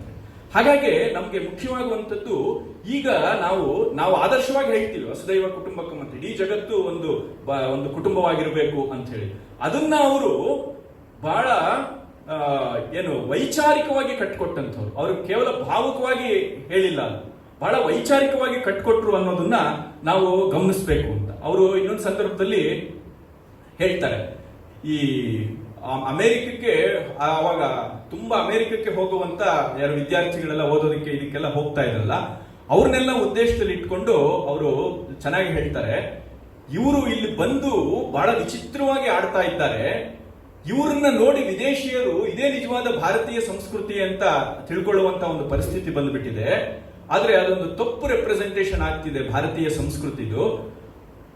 ಇವ್ರಿಗೂ ಅಲ್ಲಿನ ನಿಜವಾದ ಸುಸಂಸ್ಕೃತರ ಜೊತೆ ಸಂಪರ್ಕ ಆಗ್ತಿಲ್ಲ. ಇಲ್ಲಿಂದ ಹೋಗುವಂತವ್ರು ಇಲ್ಲಿ ಇವ್ರಿಗೆ ಯಾರು ಬೇಕೋ ಅವ್ರನ್ನಷ್ಟೇ ಅವರು ಆಯ್ಕೆ ಮಾಡ್ಕೊಳ್ತಾರೆ. ಹಾಗಾಗಿ ಪಾಶ್ಚಾತ್ಯದಲ್ಲಿರುವಂತ ಒಳ್ಳೆತನವೂ ಇವ್ರಿಗೂ ಗೊತ್ತಾಗ್ತಿಲ್ಲ, ಭಾರತೀಯತೆಯಲ್ಲಿರುವಂತದ್ದು ಏನು ವಿಶೇಷತೆ ಅನ್ನುವಂಥದ್ದು ಜಗತ್ತಿಗೆ ಗೊತ್ತಾಗ್ತಿಲ್ಲ. ಹೀಗಾಗಿ ನಾವು ಈ ಸಂಸ್ಕೃತಿ ಬಗ್ಗೆ ನಾವು ಉಳಿಸುವಂತ ಕೆಲಸವನ್ನ ಬೇರೆನೇ ರೀತಿಯಲ್ಲಿ ನಾವು ಆಲೋಚಿಸಬೇಕಾಗಿದೆ ಅನ್ನುವಂಥ ಮಾತುಗಳನ್ನೆಲ್ಲ ಅವರು ಬಹಳ ಖೇದದಿಂದ ಬರೀತಾರೆ. ಹೀಗೆ ಅವರು ಕೇವಲ ಯಾವುದೋ ಒಂದು ರೂಮಲ್ಲಿ ಇದ್ದುಕೊಂಡು ಪುಸ್ತಕ ಬರೆದಂತವ್ರಲ್ಲ, ಜನರ ಮಧ್ಯೆ ಓಡಾಟ ಮಾಡಿ ಅವರು ಎಷ್ಟೋ ಸಂಗ್ರಹಗಳು ಮಾಡಿದ್ರು. ಸಾವಿರಾರು ಈ ಪೇಂಟಿಂಗು, ಶಿಲ್ಪಗಳು ಇದನ್ನೆಲ್ಲ ಕಲೆಕ್ಟ್ ಮಾಡಿದ್ರು. ಅವಾಗೆಲ್ಲ ಅವರು ಇಡೀ ಸಮಾಜವನ್ನ ತುಂಬಾ ತಳಸ್ಪರ್ಶಿಯಾಗಿ ನೋಡಿದ್ದಾರೆ. ಹೀಗಾಗಿ ಅವರ ಚಿಂತನೆಯಲ್ಲಿ ಬಹಳ ಪ್ರಾಕ್ಟಿಕಲ್ ಆಗಿರುವಂತ ಕೆಲವು ಸಂಗತಿಗಳು ನಮಗೆ ಗೊತ್ತಾಗತ್ತೆ ಅಂತ. ಈ ದೃಷ್ಟಿಯಿಂದ ಅವರು ಭಾರತೀಯತೆಯನ್ನ ಕಟ್ಟಿಕೊಟ್ಟಿದ್ದು ಅದು ಒಂದು ವೈಶ್ವಿಕ ನೀತಿ ಸಂಹಿತೆ ಅಂತ. ಇಡೀ ಜಗತ್ತಿಗೆ ಬೇಕಾಗಿರುವಂತ ಒಂದು ನೀತಿ ಸಂಹಿತೆ. ಅಂದ್ರೆ ಆರೋಗ್ಯವನ್ನು ಕಾಪಾಡಬೇಕು. ಈಗ ಹೇಗಿದೆ ಅಂತ ಹೇಳಿದ್ರೆ, ಈ ಒಂದು ಕೆಟ್ಟ ಹೋಲಿಕೆ ಕೊಡೋದಿದ್ರೆ, ಈಗ ಕೊರೋನಾ ಅನ್ನುವಂಥದ್ದು ಅದು ಇಡೀ ಜಗತ್ತಿಗೆ ಅದು ನಿರ್ವಾಹ ಮಾಡೋದಕ್ಕೆ ಒಂದು ಕಾಮನ್ ಆದಂತ ಒಂದು ಗೈಡ್ ಲೈನ್ಸ್ ಇದೆ ಅಲ್ವಾ? ಹಾಗೆ ಇಡೀ ಜಗತ್ತನ್ನ ಚೆನ್ನಾಗಿ ಮಾಡಬೇಕು ಅಂತಿದ್ರೆ ನಮಗೆ ಇವಾಗ ಬೇಕಾಗಿರುವಂತದ್ದು ಭಾರತೀಯತೆ ಅನ್ನೋದ್ರ ಬಗ್ಗೆ ಅವರು ಬಹಳ ಸ್ಪಷ್ಟವಾಗಿ ಅದನ್ನ ಹೇಳ್ತಾರೆ ಅಂತ. 2-3 ಅವರ ಮಾತುಗಳನ್ನೇ ನಾನು ಹೇಳಿದ್ರೆ ಅದು ಇನ್ನು ಸ್ವಲ್ಪ ಸ್ಪಷ್ಟವಾಗ್ಬೋದು ಅಂತ ನಾನು ಅಂದ್ಕೊಂಡಿದ್ದೀನಿ. ಅವರು ಹೇಳ್ತಾರೆ, ನಾನು ಹೇಳಿದೆ ಅದು ಭಾರತೀಯತೆಯೇ ಜಗತ್ತಿಗೆ ಕೊಟ್ಟ ಕೊಡುಗೆ ಅಂತ. ಅದಕ್ಕೆ ಅವರು ಬಹಳ ಚೆನ್ನಾಗಿ ಹೇಳ್ತಾರೆ, ಪ್ರತಿಯೊಂದು ಜನಾಂಗವು ಸ್ವೀಯ ಆತ್ಮಾಭಿವ್ಯಕ್ತಿ ಮತ್ತು ಆತ್ಮ ಸಾಕ್ಷಾತ್ಕಾರದ ಮಾರ್ಗದಲ್ಲಿ ವಿಶ್ವ ನಾಗರಿಕತೆಗೆ ಏನಾದರೊಂದು ಸತ್ವವನ್ನು ಕೊಡುಗೆಯಾಗಿ ನೀಡಿರುತ್ತದೆ. ಹೀಗೆ ಭಾರತದ ಕೊಡುಗೆ ಎಂದರೆ ಅದು ಭಾರತೀಯತೆಯೇ ಹೌದು ಅಂತ ಹೇಳ್ತಾರೆ. ನಾವು ಪ್ರಪಂಚವನ್ನು ರಾಷ್ಟ್ರಗಳ ಕುಟುಂಬ ಎಂದು ಭಾವಿಸಿದರೆ ಆಗ ಭಾರತದ ಸ್ಥಾನವನ್ನು ಅರ್ಥ ಮಾಡಿಕೊಳ್ಳಲಾದೀತು. ಯೌವನದಲ್ಲಿರುವ ಜನಾಂಗಗಳ ಗ್ರಹಿಕೆಗಳಿಗೂ ಬಾರದ ಹಲವು ಅನುಭವಗಳ ಮೂಲಕ ಅದು ಈಗಾಗಲೇ ಹಾದು ಹೋಗಿರುವುದಷ್ಟೇ ಅಲ್ಲ, ಹಲವು ಸಮಸ್ಯೆಗಳನ್ನು ಅದು ಪರಿಹರಿಸಿಕೊಂಡಿದೆ ಅಂತ ಹೇಳ್ತಾರೆ. ಅಂದ್ರೆ ಏನು ಅಂತ ಹೇಳಿದ್ರೆ, ಈಗ ಅಮೆರಿಕಕ್ಕೆ ಎಷ್ಟು ವರ್ಷದ ಅಸ್ತಿತ್ವ ಇದೆ? ಒಂದು 350-400 ವರ್ಷಗಳಾಗಿರ್ಬೋದು ಅಮೆರಿಕ ಹುಟ್ಟಿ. ಯುರೋಪ್ ಎಷ್ಟು ವರ್ಷ ಆಗಿದೆ? ಎಷ್ಟು ಪ್ರಾಚೀನ ಸಂಸ್ಕೃತಿಗಳು ಇವತ್ತು ಜೀವಂತವಾಗಿದೆ. ಆದರೆ ಈಗಿನ್ನೂ ಇವರೆಲ್ಲ ಹುಟ್ಟಿರುವಂತ ಸಂಸ್ಕೃತಿಗಳಿದೆಲ್ಲ. ಇದ್ರ ಮಧ್ಯೆ ಭಾರತ ಈ ರೀತಿಯ ಎಷ್ಟೋ ಜನಾಂಗಗಳನ್ನು ಕಂಡುಬಿಟ್ಟಿದೆ. ಎಷ್ಟೋ ರಾಷ್ಟ್ರಗಳ ಉಗಮ ಅವನತಿ, ಸಂಸ್ಕೃತಿಗಳ ಉಗಮ ಅವನತಿ ಎಲ್ಲ ಕಂಡಿರೋದ್ರಿಂದ ಅದು ಇಡೀ ಪ್ರಪಂಚವನ್ನ ನೀವೊಂದು ಊರು ಅಂತ ತಗೊಂಡ್ರೆ ಆ ಊರಲ್ಲಿ ಒಬ್ಬ ಹಿರಿಯಜ್ಜ ಇರ್ತಾನಲ್ಲ, ಆ ಹಿರಿಯಜ್ಜ ಎಲ್ಲವನ್ನೂ ನೋಡಿರುವಂಥದ್ದು. ಯಾರ ಮನೆ ವಿಷಯ ಎಲ್ಲ ಗೊತ್ತಿರುತ್ತೆ. ಈ ತರದ್ ಏನೋ ಒಂದು ಕಾಯಿಲೆ ಬಂತು ಅಂತ ಹೇಳಿದ್ರೆ, ನಮ್ಮ ಕಾಲದಲ್ಲೂ ನಮ್ಮ ಅಪ್ಪನ ಕಾಲದಲ್ಲಿ ಈ ತರದೊಂದು ಬಂದಿತ್ತು, ಆಗ ಈ ತರ ಆ ಸೊಪ್ಪನ್ನ ಹಾಕಿದಕ್ಕೆ ಏನೋ ರೋಗ ಹೋಯ್ತು, ಈ ತರ ಏನೋ ಅಂದ್ರೆ ಎಲ್ಲರ ತಿಳುವಳಿಕೆನೂ ಆ ಅಜ್ಜನಿಗಿರುತ್ತೆ. ಯಾರ ಮನೆ ವಿಷಯ, ಯಾರ ಮನೆಯಲ್ಲಿ ಏನಾಯ್ತು, ಯಾರ ಮನೇಲಿ ಏನ್ ತೊಂದರೆ ಇದೆ, ಯಾರಿಗೆ ಏನ್ ಸಂತೋಷ, ಯಾವ ಸಮಸ್ಯೆಗೆ ಏನ್ ಪರಿಹಾರ. ನೀವು 10 ವರ್ಷ ಮಳೆ ಬಂದಿರಲಿಲ್ಲ, ಆವಾಗ ಯಾವ ರೀತಿ ಆವಾಗ ಅದನ್ನ ಎದುರಿಸಿದ್ರು, ಅಥವಾ 2 ವರ್ಷ ಕಂಟಿನ್ಯೂಸ್ ಆಗಿ ಮಳೆ ಬಂತು, ಆ ಪ್ರವಾಹದಲ್ಲಿ ಆ ಊರು ಹೇಗೆ ನಡ್ಕೊಳ್ತು, ಇದೆಲ್ಲ ಮಾಹಿತಿ ಅವನ ಹತ್ರ ಇರುತ್ತೆ. ಇವತ್ತಾರೋ ಊರಿಗೆ ಬಂದ್ಬಿಟ್ರೆ ಅವ್ರಿಗೆಲ್ಲ ಗಾಬರಿ ಆಗ್ಬಿಡತ್ತೆ, ಏನು ಹೀಗೆ ನಡೀತಾ ಇದಿಲ್ಲ, ಒಂದು 6 ತಿಂಗಳು ಮಳೆ ಬರ್ಲಿಲ್ಲ ಅಂತ ಹೇಳಿದ್ರೆ ತಬ್ಬಿಬ್ಬಾಗ್ಬಿಡ್ತಾರೆ. ಈ ತರದ್ದಾಗತ್ತೆ. ಈಗ ಎಲ್ಲಾ ಸಂಸ್ಕೃತಿಗಳು ಈ ಸ್ಥಿತಿಯಲ್ಲಿದೆ. ಒಂದಕ್ಕೆ 10 ವರ್ಷ ಆಗಿದೆ, ಇನ್ನೊಂದಕ್ಕೆ 5 ವರ್ಷ ಆಗಿದೆ. ಈ ಭಾರತ ಅನ್ನೋದು ಆಗಲ್ಲ, ಅದು 90 ವರ್ಷದ ಒಬ್ಬ ಹಿರಿಯ. ಹಾಗಾಗಿ ಎಲ್ಲವೂ ಗೊತ್ತಿದೆ ಅಂತ. ಹೀಗೆ ಇಡೀ ಜಗತ್ತು ಭಾರತದಿಂದ ಕಲಿಯುವಂಥದ್ದು ತುಂಬಾ ಇದೆ ಅನ್ನುವಂಥದ್ದನ್ನು ಅವರು ಪ್ರತಿಪಾದನೆ ಮಾಡ್ತಾರೆ. ಆದ್ರೆ ಇವತ್ತು ಅದು ಭಾರತೀಯರೇ ಇದರಿಂದ ಕಲಿಬೇಕಾಗಿದೆ, ಆ ಪ್ರಶ್ನೆ ಬಂದಿದೆ, ಅದು ಬೇರೆ ವಿಷಯ. ಆದ್ರೆ ಅವರು ಆ ರೀತಿ ಬಹಳ ಅದನ್ನ ಒಂದು ಬೇರೆನೇ ರೀತಿಯಲ್ಲಿ ಹೇಳ್ತಾರೆ ಅಂತ. ಹಾಗಿದ್ರೆ ಇದು ಹೇಗೆ ಸಾಧ್ಯ ಆಯಿತು ಅಂತ. ಈಗ ಭಾರತೀಯತೆ ಇಡೀ ಜಗತ್ತಿನಲ್ಲಿ ಒಂದು ವಿಶಿಷ್ಟವಾದಂತ ಒಂದು ರೀತಿಯಲ್ಲಿ ತನ್ನ ನಾಗರಿಕತೆಯನ್ನ, ಸಂಸ್ಕೃತಿಯನ್ನ ರೂಪಿಸ್ಕೊಳ್ಳೋದಕ್ಕೆ ಹೇಗೆ ಸಾಧ್ಯ ಆಯಿತು ಅಂತ ಹೇಳಿದ್ರೆ ಅವ್ರು ಹೇಳ್ತಾರೆ, ಭಾರತೀಯ ಅನುಭವದ ಹೃದಯ ಮತ್ತು ಸತ್ವ ಇರುವುದೇ ಸಮಸ್ತ ಜೀವನದಲ್ಲಿರುವ ಏಕತೆಯ ನಿರಂತರ ಸಾಕ್ಷಾತ್ಕಾರದಲ್ಲಿ, ಮತ್ತು ಈ ಐಕ್ಯವನ್ನು ಕಾಣುವುದೇ ಪರಶಿವವೂ ಪರಮ ಸ್ವಾತಂತ್ರ್ಯವೂ ಎಂಬ ಸ್ವಾಭಾವಿಕವಾದ ಮತ್ತು ಅಚಲವಾದ ನಿಲುವೆಯಲ್ಲಿ. ಅಂದ್ರೆ ಏನು ಅಂತ ಹೇಳಿದ್ರೆ, ಜೀವನದಲ್ಲಿರುವ ಏಕತೆಯನ್ನು ಅವರು ಕಂಡುಕೊಂಡಿದ್ರು ಅಂತ ತಾತ್ಪರ್ಯ. ಏನು ಏಕತೆ ಅಂತ ಹೇಳಿದ್ರೆ ಅದೇ ಪುರುಷಾರ್ಥಗಳ ಕಲ್ಪನೆ. ಇದೊಂದು ಅರ್ಥ ಮಾಡ್ಕೊಂಡ್ಬಿಟ್ರೆ ನಮ್ಗೆ ಜೀವನ ರೂಪಿಸ್ಕೊಳ್ಳೋದಕ್ಕೆ ಬಹಳ ಸುಲಭ ಅಂತ. ನಮ್ಗೆಲ್ಲರಿಗೂ ಕೂಡ ಬಯಕೆಗಳಾಗತ್ತೆ.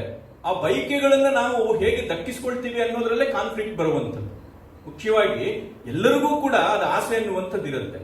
ಆ ಆಸೆಯನ್ನ ನಾನು ಹೇಗೆ ನಿರ್ವಾಹ ಮಾಡಬೇಕು ಅನ್ನುವಂಥದ್ದು ಕಂಡುಕೊಂಡ್ಬಿಟ್ರೆ ಅವನ ಜೀವನದಲ್ಲಿ ಯಶಸ್ಸನ್ನು ಸಂಪಾದನೆ ಮಾಡಿದ ಹಾಗೆ. ಹಾಗಾಗಿ ಪುರುಷಾರ್ಥಗಳ ಕಲ್ಪನೆ ಭಾರತದಲ್ಲಿ ಮಾಡ್ಕೊಂಡಿದ್ದಲ್ಲ ಈ ಋಷಿಗಳು, ಅದು ಬಹಳ ಅದ್ಭುತವಾದಂತ ಒಂದು. ಅದನ್ನೇ ಅವರು ಏಕಸೂತ್ರತೆ ಇದೆಲ್ಲ ಅವರು ಹೇಳ್ತಾರೆ. ಅದರಲ್ಲೇ ಪರಮಶಿವ ಅಂತ ಹೇಳ್ತಾರೆ. ಪರಮಶಿವ ಅಂತ ಹೇಳಿದ್ರೆ ಅರ್ಥ ಅದು ಒಳಿತು ಅಂತ, ಶಿವ ಅಂತ ಹೇಳಿದ್ರೆ ಅದೇ ಅಲ್ಟಿಮೇಟ್ ಆದಂತ ಒಳಿತು ಅಂತ. ಈ ಜೀವನವನ್ನ ಈ ರೀತಿ ನೋಡುವಂಥದ್ದು ಒಂದು ವಿಧಾನ ಇದೆಯಲ್ಲ, ಇದರಲ್ಲೇ ಒಳಿತಿದೆ. ಇನ್ನೊಂದೇನು ಅಂದ್ರೆ ಪರಮ ಸ್ವಾತಂತ್ರ್ಯ ಅಂತ ಹೇಳಿ, ಅದೇ ಸ್ವಾತಂತ್ರ್ಯ ಅಂತ ಹೇಳಿದ್ರೆ ಇದಕ್ಕಿಂತಲೂ ಇನ್ನೊಂದಿಲ್ಲ. ಎಲ್ಲರಿಗೂ ಅವಕಾಶ ಇದೆಯಲ್ಲ, ನಾನು ಆವಾಗಲೇ ಹೇಳಿದೆ, ನಿವೃತ್ತಿ ಮತ್ತೆ ಪ್ರವೃತ್ತಿ ಎರಡೂ ಇದೆ ಇದರಲ್ಲಿ ಅವಕಾಶ ಅಂತ ಹೇಳಿ. ಹೀಗಿದ್ದಾಗ ಯಾರಿಗೂ ಕೂಡ ಇಲ್ಲಿ ನಾನು ಸ್ವಾತಂತ್ರ್ಯವನ್ನು ಕಳ್ಕೊಂಡಿದ್ದೀನಿ ಅನ್ನುವಂತ ಭಾವ ಬರೋದಿಲ್ಲ. ಎಲ್ಲರ ಜೀವನಗಳಿಗೂ ಕೂಡ ಅವಕಾಶ ಕೊಡುವಂತ ಒಂದು ವ್ಯವಸ್ಥೆ ಇಲ್ಲಿ ಅಂತರ್ಗತವಾಗಿದೆ ಅನ್ನುವಂತ ಮಾತನ್ನ ಅವರು ಹೇಳ್ತಾರೆ. ಇದನ್ನ ನಾವು ನೋಡಬೇಕು ಅಂತಿದ್ರೆ ಎಲ್ಲಿ ಅಂತ ಹೇಳಿದ್ರೆ ಅವರು ಬೇರೆ ಬೇರೆ ವಿಧಾನದಲ್ಲಿ ಅದನ್ನ ಕಾಣಿಸ್ತಾರೆ. ಮುಖ್ಯವಾಗಿ ಅವರು ಕಲೆಯನ್ನ ಆರಿಸ್ಕೊಳ್ತಾರೆ. ಎರಡನೇದು ಅವರ ಅಧ್ಯಾತ್ಮವನ್ನು ಆರಿಸ್ಕೊಳ್ತಾರೆ. ಒಂದು ಪ್ರವೃತ್ತಿ ಮಾರ್ಗ, ಕಲೆ ಅನ್ನುವಂಥದ್ದು ಪ್ರವೃತ್ತಿ ಮಾರ್ಗ, ಇನ್ನೊಂದು ನಿವೃತ್ತಿ ಮಾರ್ಗ, ಆ ಅಧ್ಯಾತ್ಮದ ಮಾರ್ಗ. ಅದೇನಿದೆ ಈ ಎರಡರಲ್ಲಿ ಅವರು ಮತ್ತೆ ಆ ಭಾರತೀಯತೆಯ ಮತ್ತೆ ಹಲವು ಪದರಗಳನ್ನ ಅವರು ನಿಧಾನಕ್ಕೆ ಅವರು ಅದನ್ನ ವಿವರಿಸ್ತಾ ಹೋಗ್ತಾರೆ. ಇದ್ರ ಮಧ್ಯೆ ಅವರು ಮಾಡುವಂಥದ್ದು ಇನ್ನೊಂದು ಅದ್ಭುತವಾದಂತ ಒಂದು ಕೆಲಸ ಅಂತ ಹೇಳಿದ್ರೆ, ಕೇವಲ ನೀವು ಆದರ್ಶವಾಗಿ ಅಷ್ಟೇ ನೋಡಿದ್ರೆ ಯಾವುದೇ ಒಂದು ಸಂಸ್ಕೃತಿ ಇರೋದಿಲ್ಲ. ಅದು ಬೇರೆ ಬೇರೆ ರೀತಿಯಲ್ಲಿ ಅದನ್ನ ನೀವು ಸಾಕ್ಷಾತ್ಕಾರ ಮಾಡ್ಕೋಬೇಕು ಅಂತ.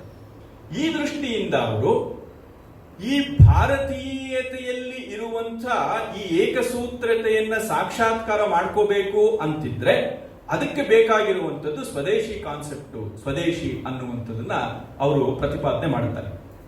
ಅದು ಬಹಳ ತುಂಬಾ ಅದ್ಭುತವಾಗಿ ಇದೆ.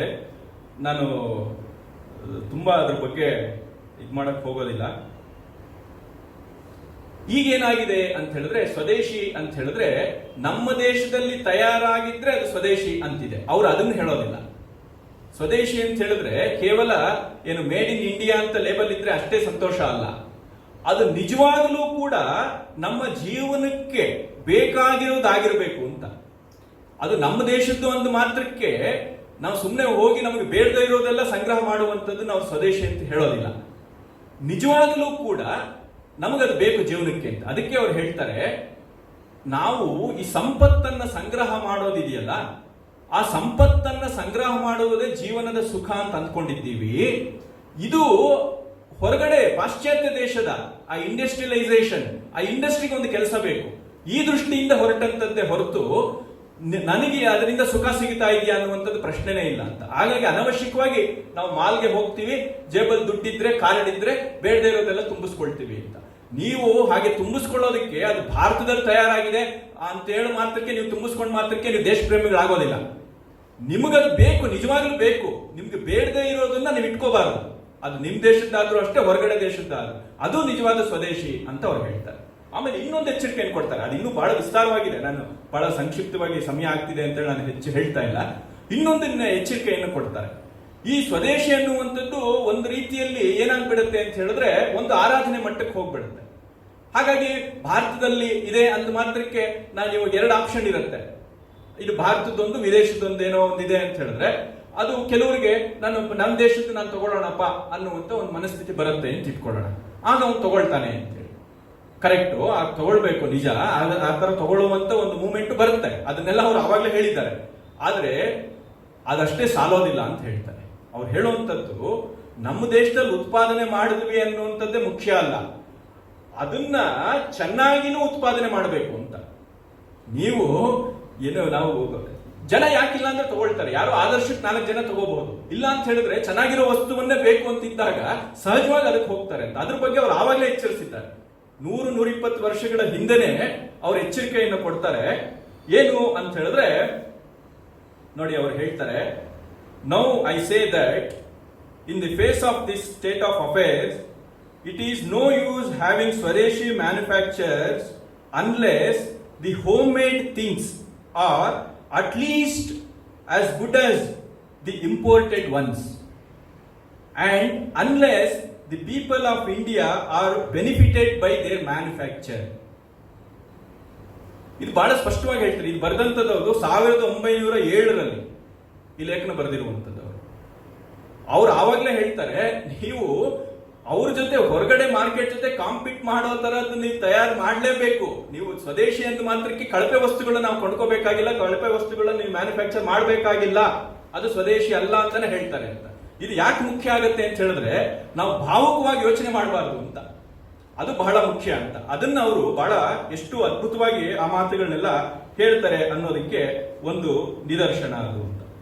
ಆಮೇಲೆ ಇನ್ನೊಂದು ಜಾಗದಲ್ಲಿ ಅವರು ಹೇಳ್ತಾರೆ, ಇದು ಭಾರತೀಯ ವಿಶೇಷತೆ ಏನು ಅಂತ ಹೇಳಿದ್ರೆ, civilisation consist not in multiplying our desires and the means of gratifying them, but in the refinement of their quality. ಸುಮ್ಮನೆ ವಸ್ತುಗಳನ್ನು ಸಂಗ್ರಹ ಮಾಡ್ಕೊಳ್ಳೋದ್ರಲ್ಲ, ಅದು ಭಾರತೀಯತೆ ಅಲ್ಲ, ನಮ್ಮ ಕಲ್ಪನೆಯ ಕೈಗಾರಿಕೆ ಅಲ್ಲ ಅದು. ನಿಜವಾಗ್ಲೂ ಇರಬೇಕದು, ನಿಜವಾಗ್ಲೂ ನನ್ನ ಜೀವನಕ್ಕೆ ಅದು ಪ್ರಯೋಜನಕ್ಕೆ ಬರಬೇಕು, ಅದನ್ನು ಮಾತ್ರ ನಾವು ತಯಾರು ಮಾಡಬೇಕು ಅಂತ ಅವ್ರು ಹೇಳ್ತಾರೆ. ಇದು ಏನು ಅಂತ ಹೇಳಿದ್ರೆ ಅದಕ್ಕೊಂದು ಬಹಳ ಅವರು ವಿಸ್ತಾರವಾಗಿ ಹೇಳ್ತಾರೆ. ಅದೆಲ್ಲ ಹೇಗೆ ಈ ಕಲೆ ಅನ್ನುವಂಥದ್ದೇ, ಭಾರತೀಯ ಕಲೆ, ಅದು ಶಿಲ್ಪ ಇರಬಹುದು, ಅಥವಾ ಈ ಕಾರ್ಪೆಟ್ ಇರಬಹುದು, ಅಥವಾ ಈ ಟೇಬಲ್ ಕುರ್ಚಿ, ಇದೆಲ್ಲ ಮಾಡುವಂಥದ್ದೇನಿದೆ, ಇದು ಒಂದು ಕಾಲದಲ್ಲಿ ಇದೇ ಒಂದು ಕಲೆ, ಇದೇ ಒಂದು ಯಜ್ಞ, ಇದೇ ಒಂದು ದೈವ ಸಾಕ್ಷಾತ್ಕಾರ, ಈ ಕಲೆಗಳೇ. ಅದು ಈ ಇಂಡಸ್ಟ್ರಿಯಲೈಸೇಷನ್ ಪ್ರಭಾವಕ್ಕೆ ಬಂದ ಮೇಲೆ ಅದು ತನ್ನ ಹಾದಿಯನ್ನು ತಪ್ಪಿತು ಅಂತ. ಅದಕ್ಕೆ ಅವರು ಸೇಕ್ರೆಡ್ ಅಂಡ್ ಪ್ರೊಫೇನ್ ಅಂತ ಕಾನ್ಸೆಪ್ಟ್ಗಳೆಲ್ಲ ತರ್ತಾರೆ.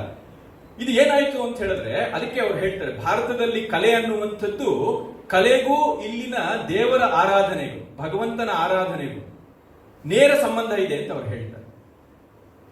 ಈಗೇನಾಗಿದೆ ಅಂತ ಹೇಳಿದ್ರೆ, ನಾವು ಅನವಶ್ಯಕವಾಗಿ ಮನೆಯಲ್ಲಿ ಇವಾಗ ಒಂದು ಒಂದು ಒಂದು ಪಟ ಇದೆ ಅಂತ ಇಟ್ಕೊಳ್ಳೋಣ, ಆ ಪಟವನ್ನ ನಾವು ಮನೆಯಲ್ಲಿ ಶೋಕೇಸಲ್ಲಿ ಇಟ್ರೆ ಚೆನ್ನಾಗಿರತ್ತೆ ಅಂತ ಕೊಂಡ್ಕೊಂಡು ಹೋಗ್ತೀವಿ. ಅದು ಕುಮಾರಸ್ವಾಮಿ ಅವ್ರ ಪ್ರಕಾರ ತಪ್ಪು. ನಮಗೆ ಪಟ ಬೇಕಾಗಿರುವಂತದ್ದು ಶೋಕೇಸಲ್ಲಿ ಚೆನ್ನಾಗಿ ಕಾಣ್ಲಿ ಅನ್ನೋದಕ್ಕೋಸ್ಕರ ಅಲ್ಲ, ಅದು ನಾನು ದೇವರ ಪೂಜೆ ಮಾಡೋದಕ್ಕೋಸ್ಕರ ನನಗೆ ಪಟ ಬೇಕು. ಅಂದ್ರೆ ನೇರ ಪ್ರಯೋಜನ ಇದೆ. ಪ್ರಯೋಜನ ಇಲ್ಲದೆ ಅದನ್ನು ನನಗೆ ಚೆನ್ನಾಗಿ ಕಾಣ್ಲಿ ಅನ್ನುವಂಥದ್ದು, ಅದನ್ನ ಒಂದು ಅನವಶ್ಯಕವಾಗಿ ಅದನ್ನ ಒಂದು ಐಡ್ಲಾಗಿ ಅದನ್ನು ಒಪ್ಪುವಂಥದ್ದು ಇರೋದಿಲ್ಲ, ಇಡೋದಿಕ್ಕೆ ಅವ್ರು ಒಪ್ಪೋದಿಲ್ಲ ಅಂತ. ಹಾಗಾಗಿ ಅವ್ರು ಹೇಳ್ತಾರೆ, ಒಂದು ಸಂದರ್ಭದಲ್ಲಿ ಹೇಳ್ತಾರೆ, ಯಾವುದಾದ್ರೂ ಒಂದು ಕಲೆ ಅದು ಮ್ಯೂಸಿಯಂಗೆ ಬಂದಿದೆ ಅಂತ ಹೇಳಿದ್ರೆ ಆ ಕಲೆ ಅದು ಸತ್ತೋಗಿದೆ ಅಂತಾನೆ ಅರ್ಥ ಅಂತ. ಹಾಗಾಗಿ ಒಂದು ನೇರ ಸಂಪರ್ಕ ಇದಿರಬೇಕು ಅಂತ ಇದು ಬಹಳ ಅವರು ಪ್ರತಿಪಾದನೆ ಮಾಡ್ತಾರೆ. ಹಾಗಾಗಿ ಸುಮ್ಮನೆ ನಾವು ವಸ್ತುಗಳನ್ನ ಸಂಗ್ರಹ ಮಾಡುವಂಥದ್ದು ಅಂತಲ್ಲ, ಇದರಿಂದ ಏನಾಗಿತ್ತು, ಇಡೀ ಸಮಾಜ ಆರ್ಥಿಕವಾಗಿ ಸಾಮಾಜಿಕವಾಗಿ ಗಟ್ಟಿಯಾಗಿತ್ತು ಅಂತ. ಇದು ಒಬ್ಬ ಆರ್ಡರ್ ಕೊಡ್ತಾ ಇದ್ದ, ಅವನಿಗೆ ನೇರ ಉಪಯೋಗ ಇತ್ತು, ಅವನು ಮಾಡಿಕೊಡ್ತಾ ಇದ್ದ. ಇದು ಆತರ ಅಲ್ಲ. ಈಗ ಅನವಶ್ಯಕವಾಗಿ ನಾವು ಸೃಷ್ಟಿ ಮಾಡ್ತೀವಿ, ಅದಕ್ಕೆ ಅಡ್ವರ್ಟೈಸ್ಮೆಂಟ್ ಅಲ್ಲಿ ಇದು ತಗೊಳ್ಳಿಲ್ಲ ಅಂತ ಹೇಳಿದ್ರೆ ನಿಮಗೆ ಪ್ರಾಣ ಹೋಗುತ್ತೆ ಅಂತ ನಾವು ಹೇಳ್ತೀವಿ. ಅವನು ತಗೊಳ್ಳುವಂತ ಒಂದು ಅನಿವಾರ್ಯತೆಯನ್ನ ಒಂದು ಸೃಷ್ಟಿ ಮಾಡ್ತಾ ಇದ್ದೀವಿ ನಾವು ಅಂತ. ಇದಲ್ಲ ಅಂತ, ನಾವು ಇದರಿಂದ ಹೊರಗಡೆ ಬಂದು ನಾವು ಮಾಡುವಂಥದ್ದು ಇದೆಯಲ್ಲ, ಇದು ನಿಜವಾಗ್ಲೂ ಸ್ವದೇಶಿ ಅನ್ನುವಂಥದ್ದನ್ನ ಅವ್ರು ಹೇಳ್ತಾರೆ. ಅದ್ರ ಬಗ್ಗೆ ಬಹಳ ವಿಸ್ತಾರವಾಗಿ ಬರೆದಿದ್ದಾರೆ. ಯಾರು ಇದ್ರ ಬಗ್ಗೆ ತುಂಬಾ ಜನ ಗಮನವನ್ನ ಕೊಟ್ಟಿಲ್ಲ.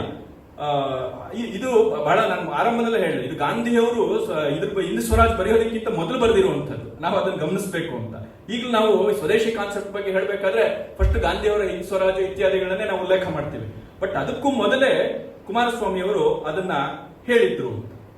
ಆಮೇಲೆ ಇದ್ರ ಮಧ್ಯೆ ಇನ್ನೆಷ್ಟು ಸಹ ಸಮಯ ಇದೆ, ನಾನು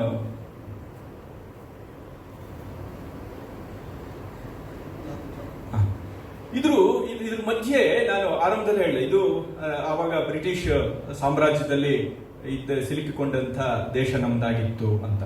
ಇದು ಒಂದು ರೀತಿ ಸಾಮ್ರಾಜ್ಯಶಾಹಿ ಇಂಪೀರಿಯಲಿಸಂ ಏನಿದೆ ಅದರ ಒಂದು ದಾಂಧಲೆ ಒಂದಿತ್ತು ನಮ್ಮ ಸಂಸ್ಕೃತಿಯ ಮೇಲೆ. ಇದ್ರ ಜೊತೆಗೆ ಇನ್ನೊಂದು ದಾಂಧಲೆ ಇತ್ತು. ಏನು ಅಂತ ಹೇಳಿದ್ರೆ, ಆಗ ಭಾರತೀಯರು ದಡ್ರು, ಪಾಪಿಗಳು, ಅಯೋಗ್ಯರು, ಮೂರ್ಖರು, ಇವ್ರಿಗೆ ವಿದ್ಯೆ ಬುದ್ಧಿ ಇಲ್ಲ, ಈ ತರದ್ದೆಲ್ಲ ಹೇಳಿಕೊಂಡು ಅಲ್ಲಿ ಪ್ರಭುತ್ವ ದೋಚ್ತಾ ಇತ್ತು. ಇದ್ರ ಮಧ್ಯೆ ಒಂದು ಕಳ್ಳದಾರಿಯಲ್ಲಿ ಒಬ್ರು ಬಂದಿದ್ರು. ಯಾರು ಅಂತ ಹೇಳಿದ್ರೆ ಮಿಷನರಿಗಳು ಅಂತ. ಮತಾಂತರದ ಬಗ್ಗೆ ಪ್ರಾಯಶಃ ಬಹಳ ಮೊದಲಲ್ಲೇ ಗುರುತಿಸಿ ಅದರ ಎಲ್ಲ ಅಪಾಯಗಳ ಬಗ್ಗೆನೂ ಅದ್ಭುತವಾಗಿ ಬರೆದಂತವರು ಕುಮಾರಸ್ವಾಮಿ ಅವರು. ಇದು ತುಂಬಾ ಜನಕ್ಕೆ ಗೊತ್ತಿಲ್ಲ. ಕುಮಾರಸ್ವಾಮಿ ಅವರು ಮಿಷನರಿಗಳ ಈ ಕುತಂತ್ರವನ್ನ ಬಹಳ ಅದ್ಭುತವಾಗಿ ಅವರು ಬಯಲು ಮಾಡಿದ್ರು. ತುಂಬಾ ಬರೆದಿದ್ದಾರೆ ಅವರು, ತುಂಬಾ ಬರೆದಿದ್ದಾರೆ. ಎಷ್ಟು ಮಟ್ಟಿಗೆ ಬರೆದಿದ್ದಾರೆ ಅಂತ ಹೇಳಿದ್ರೆ, ಈ ಮಿಷನರಿಗಳಿಗೆ ಭಾರತದ ಉದ್ಧಾರ ಮಾಡಬೇಕು, ಭಾರತದ ಈ ಏನು ಧಾರ್ಮಿಕತೆ ಸರಿ ಇಲ್ಲ, ಇವ್ರಿಗೆ ಧರ್ಮವನ್ನು ಕಲಿಸ್ಬೇಕು ಅಂತೆಲ್ಲ ಬಂದಿದ್ದೀರಲ್ಲ, ನಿಮಗೆ ಭಾರತದ ಧರ್ಮ ಇರಲಿ, ಇಲ್ಲಿನ ಹಿಂದೂ ಧರ್ಮ, ಬೌದ್ಧ ಧರ್ಮ ಇದನ್ನ ತಿಳ್ಕೊಳ್ಳೋದಿರ್ಲಿನಪ್ಪ, ನಿಮಗೆ ಕ್ರಿಶ್ಚಿಯನ್ರಿಗೆ ನಿಮಗೆ ನಿಮ್ ಧರ್ಮ ಎಷ್ಟು ಗೊತ್ತಿದೆ ಅಂತ ಕೇಳ್ತಾರ. ಇದು ಎಷ್ಟು ಅಧಿಕಾರಿಕೆ ಬೇಕು, ನನ್ನ ಹತ್ರ ಬನ್ನಿ ನಾನು ಹೇಳ್ತೀನಿ ಅಂತ ಹೇಳ್ತಾರ. ತೋರಿಸ್ತಾರೆ ಅವರು. ನೀವು ಅರ್ಥ ಮಾಡ್ಕೊಂಡಿರುವಂತದ್ದು ಕ್ರೈಸ್ತ ಧರ್ಮ ಇದೆಯಲ್ಲ, ಅದು ತಪ್ಪಾಗಿ ಅರ್ಥ ಮಾಡ್ಕೊಳ್ತಾ ಇದ್ದೀರಿ. ನಾನು ಹೇಳ್ತಾ ಇದ್ದೀನಿ ಇದು ನಿಜವಾದ ಕ್ರೈಸ್ತ ಧರ್ಮ, ಇಲ್ಲಿದೆ ನೋಡಿ ಅಂತ ಅವ್ರು ತೋರಿಸ್ತಾರೆ ಅಂತ. ಈ ರೀತಿಯ ಕೆಲಸವನ್ನ ಅವ್ರು ಮಾಡಿದ್ರು. ಆ ಒಂದು ಮಿಷನರಿಗಳ ಒಂದು ಉಪಟಳ ಏನಿತ್ತು ಅದನ್ನ ಬಹಳ ಅದ್ಭುತವಾಗಿ ಅವರು ತೋರಿಸ್ತಾರೆ. ಒಂದೆರಡು ಮಾತುಗಳನ್ನ ನಾನು ಅಲ್ಲಿ ಹೇಳ್ತೀನಿ. ಅವಾಗ ಹೇಗೆ ನಮ್ಮ ಬಗ್ಗೆ ಅವರು ಟೀಕೆಯನ್ನು ಮಾಡ್ತಿದ್ರು ಅಂತ. ಇಲ್ಲಿ ಏನು ಸರಿ ಇಲ್ಲ, ಭಾರತದಲ್ಲಿ ಏನೊಂದೂ ಸರಿ ಇಲ್ಲ ಅನ್ನುವಂಥದ್ದು ಅವರ ನಿಲುವಾಗಿತ್ತು ಮಿಷನರಿಗಳು. ಅದನ್ನ ಇಟ್ಕೊಂಡು ಅವರು ಬರಿತಾ ಇದ್ರು. ಅದನ್ನ ಏನ್ ಹೇಳ್ತಾರೆ ಅಂತ ಹೇಳಿದ್ರೆ, the fundamental error of Hinduism ಈ to judge God by our own standard. The doctrine of maya is pure imagination, utterly opposed to common sense. Christianity, on the other hand, affirms the reality of the universe and the trustworthiness of our senses.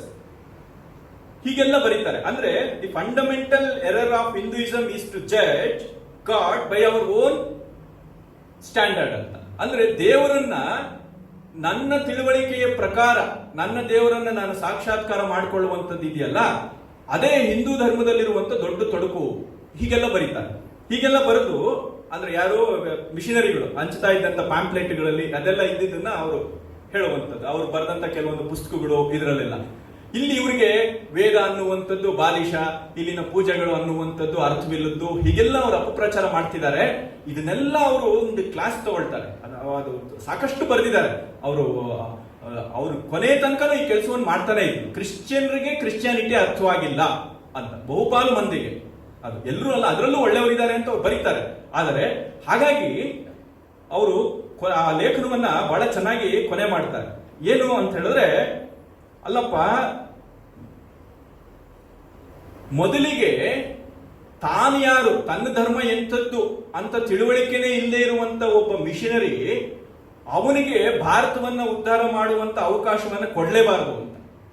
ಏನು, the missionary must not be allowed to educate, ಕೋರ್ಟಲ್ಲಿ ಹೇಳ್ತಾರೆ ಅವರು educate ನ, until he really understands the Indian people and desires to help them to solve their own problems in their own way.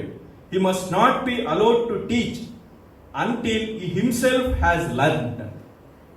ಅವನು ಯಾರು ನಮ್ಗೆ ಹೇಳ್ಕೊಡೋದಕ್ಕೆ ಅಂತ ಅವನಿಗೆ ಗೊತ್ತಿಲ್ಲ. ಅವನೇ ದಡ್ಡ ಇದ್ದಾನೆ, ಅವನೇ ನಮ್ಗೆ ಹೇಳ್ಕೊಡೋದು ಅಂತ. ಅವರು ಆ ಕ್ರಿಶ್ಚಿಯಾನಿಟಿಯನ್ನ ಅವ್ರು ಹೇಗೆ ತಪ್ಪಾಗಿ ಅರ್ಥ ಮಾಡ್ಕೊಂಡಿದ್ದಾರೆ ಅದನ್ನು ತೋರಿಸ್ತಾರೆ. ಆಮೇಲೆ ಅವರು ನಮ್ಮ ಭಾರತೀಯತೆಯನ್ನ ಏನು ಅವರು ವಿಕಾರವಾಗಿ ಚಿತ್ರಿಸ್ತಾ ಇದ್ದಾರೆ ಅದು ಸರಿ ಇಲ್ಲ ಅನ್ನೋದನ್ನು ತೋರಿಸ್ತಾರೆ. ಅಂದ್ರೆ ಕುಮಾರಸ್ವಾಮಿ ಅವರು ಎಷ್ಟೆಲ್ಲ ವಿಧದಲ್ಲಿ ಕೆಲಸ ಮಾಡಿದ್ರು ಅಂತ. ಭಾರತೀಯತೆಯನ್ನ ಅವರು ಭೌಗೋಳಿಕವಾಗಿ ಅವ್ರು ನೋಡಿದ್ರು. ಅದು ಸಿಲೋನ್ ನಾನು ಹೇಳಿದೆ, ಅವ್ರು ಸಿಲೋನ್ ಅಲ್ಲಿ ಹುಟ್ಟಿದ್ದು ಅಂತ. ಅಲ್ಲಿ ಆರಂಭದಲ್ಲಿ ಒಂದು ಜಾಗದಲ್ಲಿ ಬರೀತಾರೆ. ಈ ಸಿಲೋನ್ ಅನ್ನುವಂಥದ್ದು ಈಗ ಅದು ಒಂದು ಏನು ಭಾರತದಿಂದ ಬೇರೆ ಪ್ರದೇಶ ಅನ್ನುವಂಥದ್ದು ಭಾವ ಇರಬಹುದು. ಆದರೆ ನಿಜ ಅರ್ಥದಲ್ಲಿ ಸಾಂಸ್ಕೃತಿಕವಾಗಿ ಶ್ರೀಲಂಕಾ ಸಿಲೋನ್ ಅನ್ನುವಂಥದ್ದು ಭಾರತದ ಒಂದು ಭಾಗವೇ. ಅದನ್ನ ಅವರು ಮೊದಲಿಗೆ ಅಶೋಕನ ಕಾಲಕ್ಕೆ ತಗೊಂಡು ಹೋಗ್ತಾರೆ. ಅಶೋಕ ತನ್ನ ಮಕ್ಕಳನ್ನ ಅಲ್ಲಿ ಕಳಿಸಿದ್ದು ಇದೆ. ಆಮೇಲೆ ಸಿಲೋನಲ್ಲಿ ಇರುವಂತದ್ದೇ ಬೌದ್ಧ ದರ್ಶನ, ಅದಕ್ಕಿರುವಂತ ಸಂಬಂಧಗಳು ಹೇಳ್ತಾರೆ. ಆಮೇಲೆ ಅಲ್ಲಿ ಕಲೆಗೂ ಭಾರತೀಯ ಕಲೆಗೂ ಇರುವಂತ ಸಾಮ್ಯಗಳು ಇದ್ರ ಬಗ್ಗೆ ಎಲ್ಲ ಹೇಳ್ತಾರೆ. ಅವ್ರು ಅದ್ರ ಬಗ್ಗೆ ಪುಸ್ತಕನೇ ಆರಂಭದಲ್ಲೇ ಬರೆದ್ರು. ಇದ್ರ ಜೊತೆಗೆ ರಾಮಾಯಣ ಕಾಲದಿಂದಲೂ ಸಂಪರ್ಕ ಇದೆಯಲ್ಲ ನಮ್ಗೆ ಅನ್ನೋದನ್ನ ಹೇಳ್ತಾರೆ. ಹೀಗೆ ಅಂದ್ರೆ ಅವರು ಭಾರತೀಯತೆಯನ್ನ ಭೌಗೋಳಿಕವಾಗಿ ಸ್ಥಾಪನೆ ಮಾಡ್ತಾರೆ, ಭಾರತೀಯತೆಯನ್ನ ಸಾಮಾಜಿಕವಾಗಿ ಪುರುಷಾರ್ಥಗಳ ಕಲ್ಪನೆ ಇತ್ಯಾದಿ ಅಲ್ಲಿಂದ ಅದನ್ನು ಒಂದು ಸ್ಥಾಪನೆ ಮಾಡ್ತಾರೆ. ಭಾರತೀಯತೆಯನ್ನ ಒಂದು ಆದರ್ಶವಾಗಿ ತಗೊಳ್ತಾರೆ. ಅಂದ್ರೆ ವ್ಯಕ್ತಿ ಸ್ವಾತಂತ್ರ್ಯ ಮತ್ತೆ ಎಲ್ಲ ರಾಷ್ಟ್ರಗಳ ಸ್ವಾತಂತ್ರ್ಯ, ಈ ನೆಲೆಯಲ್ಲಿ ಭಾರತೀಯತೆಯನ್ನ ಸ್ಥಾಪನೆ ಮಾಡ್ತಾರೆ. ಭಾರತೀಯತೆ ಅನ್ನುವಂಥದ್ದು ಒಂದು ಆರ್ಥಿಕವಾದಂತ ಒಂದು ವ್ಯವಸ್ಥೆನೂ ಹೌದು ಅಂತ. ಅದಕ್ಕೆ ಪೂರಕವಾಗಿ ಅವರು ಈ ಸ್ವದೇಶಿ ಕಾನ್ಸೆಪ್ಟ್ ಇತ್ಯಾದಿಗಳಲ್ಲಿ ಹೇಳ್ತಾರೆ. ಅವರು ಆರ್ಟ್ ಅಂಡ್ ಸ್ವದೇಶಿ ಇದರಲ್ಲೆಲ್ಲ ಬಹಳ ಚೆನ್ನಾಗಿ ಬರೀತಾರೆ. ಹೇಗೆ ಒಂದು ಗ್ರಾಮ ಅನ್ನುವಂಥದ್ದು ತನ್ನಷ್ಟಕ್ಕೆ ತಾನು ಪರಿಪೂರ್ಣವಾಗಿತ್ತು ಅಂತ, ನಾವು ಈ ರೀತಿಯ ಒಂದು ಎಕಾನಮಿ ಮಾಡೆಲ್ ಇಟ್ಕೋಬೇಕು ಅಂತ. ಅದನ್ನೇ ಮುಂದೆ ಗಾಂಧಿಯವರು ಅದನ್ನು ಪ್ರತಿಪಾದನೆ ಮಾಡಿದ್ದು. ಅದಕ್ಕೆ ಅವರಿಗೆ ಗಾಂಧಿಯವ್ರಿಗೆ ಬಹಳ ಇಷ್ಟವಾಗ್ತಾ ಇದ್ದಿದ್ದು ಕುಮಾರಸ್ವಾಮಿ ಅವರಿಗೆ ಗಾಂಧೀಜಿಯವರು ಈ ಕಾರಣದಿಂದಲೇ. ಗಾಂಧಿಯವರ ಈ ಏನು ಗ್ರಾಮ ಸ್ವರಾಜ್ಯದ ಕಾನ್ಸೆಪ್ಟ್ ಇದೆಯಲ್ಲ, ಅದು ಆ ರೀತಿಯ ಚಿಂತನೆಗಳನ್ನ ಕುಮಾರಸ್ವಾಮಿ ಅವರು ಗಾಂಧಿ ಅವರದು ಒಪ್ಕೊಂಡಿದ್ದಾರೆ. ಕೆಲವೊಂದು ಚಿಂತನೆಗಳನ್ನ ಗಾಂಧಿ ಅವರದು ಒಪ್ಕೊಂಡಿಲ್ಲ. ಅದನ್ನ ಸ್ಪಷ್ಟವಾಗಿ ಅವರು ಬರೀತಾರೆ ಗಾಂಧಿ ಅವರಿಗೆ. ನಿಮ್ಗೆ ಯಾವ ವಿಷಯ ಗೊತ್ತಿಲ್ಲೋ ಆ ವಿಷಯದ ಬಗ್ಗೆ ನೀವು ಮಾತಾಡಬಾರ್ದು ಅಂತಾನೆ ಬರೀತಾರೆ ಗಾಂಧಿ ಅವರಿಗೆ. ಈ ರೀತಿಯ ಒಂದು ಎದೆಗಾರಿಕೆ ಕುಮಾರಸ್ವಾಮಿ ಅವರದು. ಹಾಗೆ ಗಾಂಧಿ ಅವರ ಹತ್ರ ಇದ್ದಂತ ಭರತನ್ ಕುಮಾರಪ್ಪ ಅಂತ ಹೇಳಿ, ಅವರು ನಿಜವಾಗ್ಲೂ ಗಾಂಧಿಯನ್ ಎಕನಾಮಿಕ್ಸ್ ಅಂತ ನಾವೇನ್ ಕರಿತೀವಿ ಅದರ ಮೂಲ ಪುರುಷರು ಅವರು ಯಾರು ಭರತನ್ ಕುಮಾರಪ್ಪ ಇವರೆಲ್ಲ ರೂಪಿಸಿದಂಥದ್ದು. ಹಾಗಾಗಿ ಕುಮಾರಸ್ವಾಮಿ ಅವರಿಗೆ ಅವ್ರ ಬಗ್ಗೆನೂ ಒಂದು ಗೌರವ ಇತ್ತು. ಹೀಗೆ ಭಾರತೀಯತೆ ಅನ್ನುವಂಥದ್ದು ಒಂದು ಆರ್ಥಿಕ ಮಾಡೆಲ್ ಹೌದು ಅಂತ. ಈ ಆರ್ಥಿಕ ಮಾಡೆಲ್ ಅಂತ ಹೇಳಿದ್ರೆ ಏನು, ಇವಾಗ ವೆಸ್ಟ್ ಅಲ್ಲಿ ಯಾವುದೋ ಒಂದು ಇಂಡಸ್ಟ್ರಿ ಬಂತು, ಆ ಇಂಡಸ್ಟ್ರಿ ನಾನ್ ತಗೊಳ್ಳೋದು ಅಂತಲ್ಲ, ಅದನ್ನ ಅದೇ ತರ ಇಂಡಸ್ಟ್ರಿ ನಾನು ಸ್ಥಾಪನೆ ಮಾಡೋದು ಅಂತಲ್ಲ. ನನ್ನ ಜೀವನದ ನಿಜವಾದ ಸಂತೋಷಕ್ಕೆ, ಆನಂದಕ್ಕೆ ಯಾವುದು ಬೇಕೋ ಅದನ್ನ ಪ್ರೊವೈಡ್ ಮಾಡುವಂಥದ್ದು ಇಂಡಸ್ಟ್ರಿಯ ಕೆಲಸ ಆಗಬೇಕೆ ಹೊರತು, ಕೈಗಾರಿಕೆಯ ಕೆಲಸ ಆಗಬೇಕೆ ಹೊರತು ಅನಗತ್ಯವಾಗಿ ಸೃಷ್ಟಿ ಮಾಡುವಂಥದ್ದಲ್ಲ ಅಂತ. ಈಗ ಒಂದು ಅಚ್ಚು ಮಾಡಿದ್ರೆ ಒಂದು ಏನು ಯಾವುದೋ ಒಂದು ಅಜಂತದ ಪೇಂಟಿಂಗೋ ಅಥವಾ ಬೇಲೂರಿನ ಒಂದು ಶಿಲ್ಪವೋ ಇದೆಲ್ಲ ಇವಾಗೇನು ಒಂದು ನಿಮಿಷದಲ್ಲಿ ಕೋಟಿಗಟ್ಟಲೆ ನಾವು ರೀಪ್ರೊಡ್ಯೂಸ್ ಮಾಡಿಬಿಡ್ಬೋದು. ಅದಲ್ಲ, ಅದು ಕಲೆನೂ ಅಲ್ಲ, ಅದು ಇಂಡಸ್ಟ್ರಿನೂ ಅಲ್ಲ ಅಂತ. ಹೀಗಾಗಿ ನಿಜವಾದ ಕಲೆ ಸತ್ತಿದ್ದು ಅಂತ ಹೇಳ್ತಾರೆ. ಅವರು ಒಂದು ಸಂದರ್ಭದಲ್ಲಿ ಬರೀತಾರೆ, ಏನು ಅಂತ ಹೇಳಿದ್ರೆ, ಯಾವಾಗ ಹಾರ್ಮೋನಿಯಂ ಬಂತು ಆಗ ಭಾರತೀಯ ಸಂಗೀತ ಅನ್ನುವಂಥದ್ದು ಹೊರಟೋಯ್ತು ಅಂತ ಹೇಳಿ. ಭಾರತೀಯ ಸಂಗೀತ ಅನ್ನುವಂಥದ್ದು ಅಂದ್ರೆ ನೀನು ಅದನ್ನ ಆಧಾರವಾಗಿ ಇಟ್ಕೊಂಡು, ಅದು ಅರ್ಥ ನಾವು ಹಾರ್ಮೋನಿಯಂಗೆ ವಿರುದ್ಧ ಅಥವಾ ಪಿಟೀಲ್ ವಿರುದ್ಧ ಅಂತಲ್ಲ. ಅದ್ರ ತಾತ್ಪರ್ಯ ಏನು ಅಂತ ಹೇಳಿದ್ರೆ, ನೀನು ಹೊರಗಡೆಯ ಅವಲಂಬನೆ ಇಟ್ಟುಕೊಂಡು ನೀನು ಮಾಡುವಂತ ವಿದ್ಯೆ ಕಲಿಕೆ ಇದೆಯಲ್ಲ, ಅದು ಭಾರತೀಯತೆ ಅಲ್ಲ ಅಂತ ಅವ್ರು ಹೇಳುವಂಥದ್ದು. ಈ ಶ್ರುತಿ ಅನ್ನುವಂಥದ್ದು ನೀನು ಯಾವುದನ್ನು ಆಧಾರ ಇಟ್ಕೊಂಡು ಹಾರ್ಮೋನಿಯಂ ಇಟ್ಕೊಂಡು ನೀನು ಶ್ರುತಿ ಸ್ಥಾಪನೆ ಮಾಡ್ಕೋಬೇಕಾಗಿಲ್ಲ. ನಿನ್ನ ಅಂತರಂಗದಲ್ಲಿ ಒಂದು ಶ್ರುತಿ ಸ್ಥಾಪನೆ ಆಗಬೇಕು. ಆ ಶ್ರುತಿ ಅನ್ನುವಂಥದ್ದು ಇಲ್ಲಿ ಒಳಗಡೆ ಸಾಕ್ಷಾತ್ಕಾರ ಆಗಬೇಕು ಅಂತ. ಆ ದೃಷ್ಟಿಯಿಂದ ಅವರು ಇದನ್ನ ನಿರಾಕರಣೆ ಮಾಡ್ತಾರೆ. ಹೀಗೆ ಅವರು ಬೇರೆ ಬೇರೆ ಬೇರೆ ಬೇರೆ ಮತ್ತೆ ಬಹಳ ಸ್ವಾರಸ್ಯ ಅಂತ ಹೇಳಿದ್ರೆ, ಇವತ್ತು ನಾವು ರಾಜ ರವಿವರ್ಮನ ಪೇಂಟಿಂಗ್ಗಳನ್ನೆಲ್ಲ ನಾವು ಎಲ್ಲ ಮನೆಗಳಲ್ಲಿ ಇಟ್ಕೊಳ್ತೀವಿ, ಗೋಡೆಗಳಿಗೆ ತಗಲಾಕ್ತಿವಿ, ಇದೆಲ್ಲ ಮಾಡ್ತೀವಿ. ಅದು ಅಭಾರತೀಯ ಅಂತ ಹೇಳ್ತಾರೆ. ಅದು ವಿದೇಶಿಯರ ಮಾಡೆಲ್ಗಳನ್ನ ಇಟ್ಕೊಂಡು, ಅಂದ್ರೆ ಅಲ್ಲಿ ಪಾಶ್ಚಾತ್ಯ ಚಿತ್ರಕಲೆ ಏನಿತ್ತು ಅದನ್ನ ಆಧಾರವಾಗಿ ಇಟ್ಕೊಂಡು ರವಿವರ್ಮ ರಚನೆ ಮಾಡಿದ್ದೆ ಹೊರತು ಭಾರತದಲ್ಲೇ ಒಂದು ಚಿತ್ರಕಲೆಯ ಸಂಪ್ರದಾಯ ಇತ್ತು. ನೀವು ಅದನ್ನ ಅಜಂತಾದಲ್ಲಿ, ಎಲ್ಲೋರಾದಲ್ಲಿ ಇದರಲ್ಲೆಲ್ಲ ನೋಡ್ಬೋದು ಅಲ್ವಾ. ಅದನ್ನು ಬಿಟ್ಟು ರಾಜ ರವಿವರ್ಮ ಮಾಡಿದ್ದೇನು ಕೆಲಸ, ಅದು ಅಭಾರತೀಯ ಅಂತ. ಇವತ್ತು ನಮ್ಗೇನು ರಾಜ ರವಿವರ್ಮ ಭಾರತದಲ್ಲಿ ಹುಟ್ಟಿದ ಮಾತ್ರಕ್ಕೆ ರವಿವರ್ಮ ಮಾಡಿರೋ ಚಿತ್ರ ಎಲ್ಲ ಭಾರತೀಯ ಅಂತ ಅಂದ್ಕೊಳ್ತೀವಿ. ಕುಮಾರಸ್ವಾಮಿ ಪ್ರಕಾರ ಅದಲ್ಲ ಅಂತ. ಇದು ಬಹಳ ಮುಖ್ಯ. ಇದು ಈಗ ಈ ಸಂದರ್ಭ ಅಂದ್ರೆ ಅವರು ಭಾರತದಲ್ಲಿ ಹುಟ್ಟಿದ ಮಾತ್ರಕ್ಕೆ ಅದು ಭಾರತೀಯ ಆಗಿರುತ್ತೆ ಅಂತಲ್ಲ, ಅದು ಸೇಕ್ರೆಟ್ ಆಗಿರ್ಬೇಕು ಅಂತ, ಒಂದು ಪಾವಿತ್ರ್ಯ ಇರಬೇಕು ಅದಕ್ಕೆ.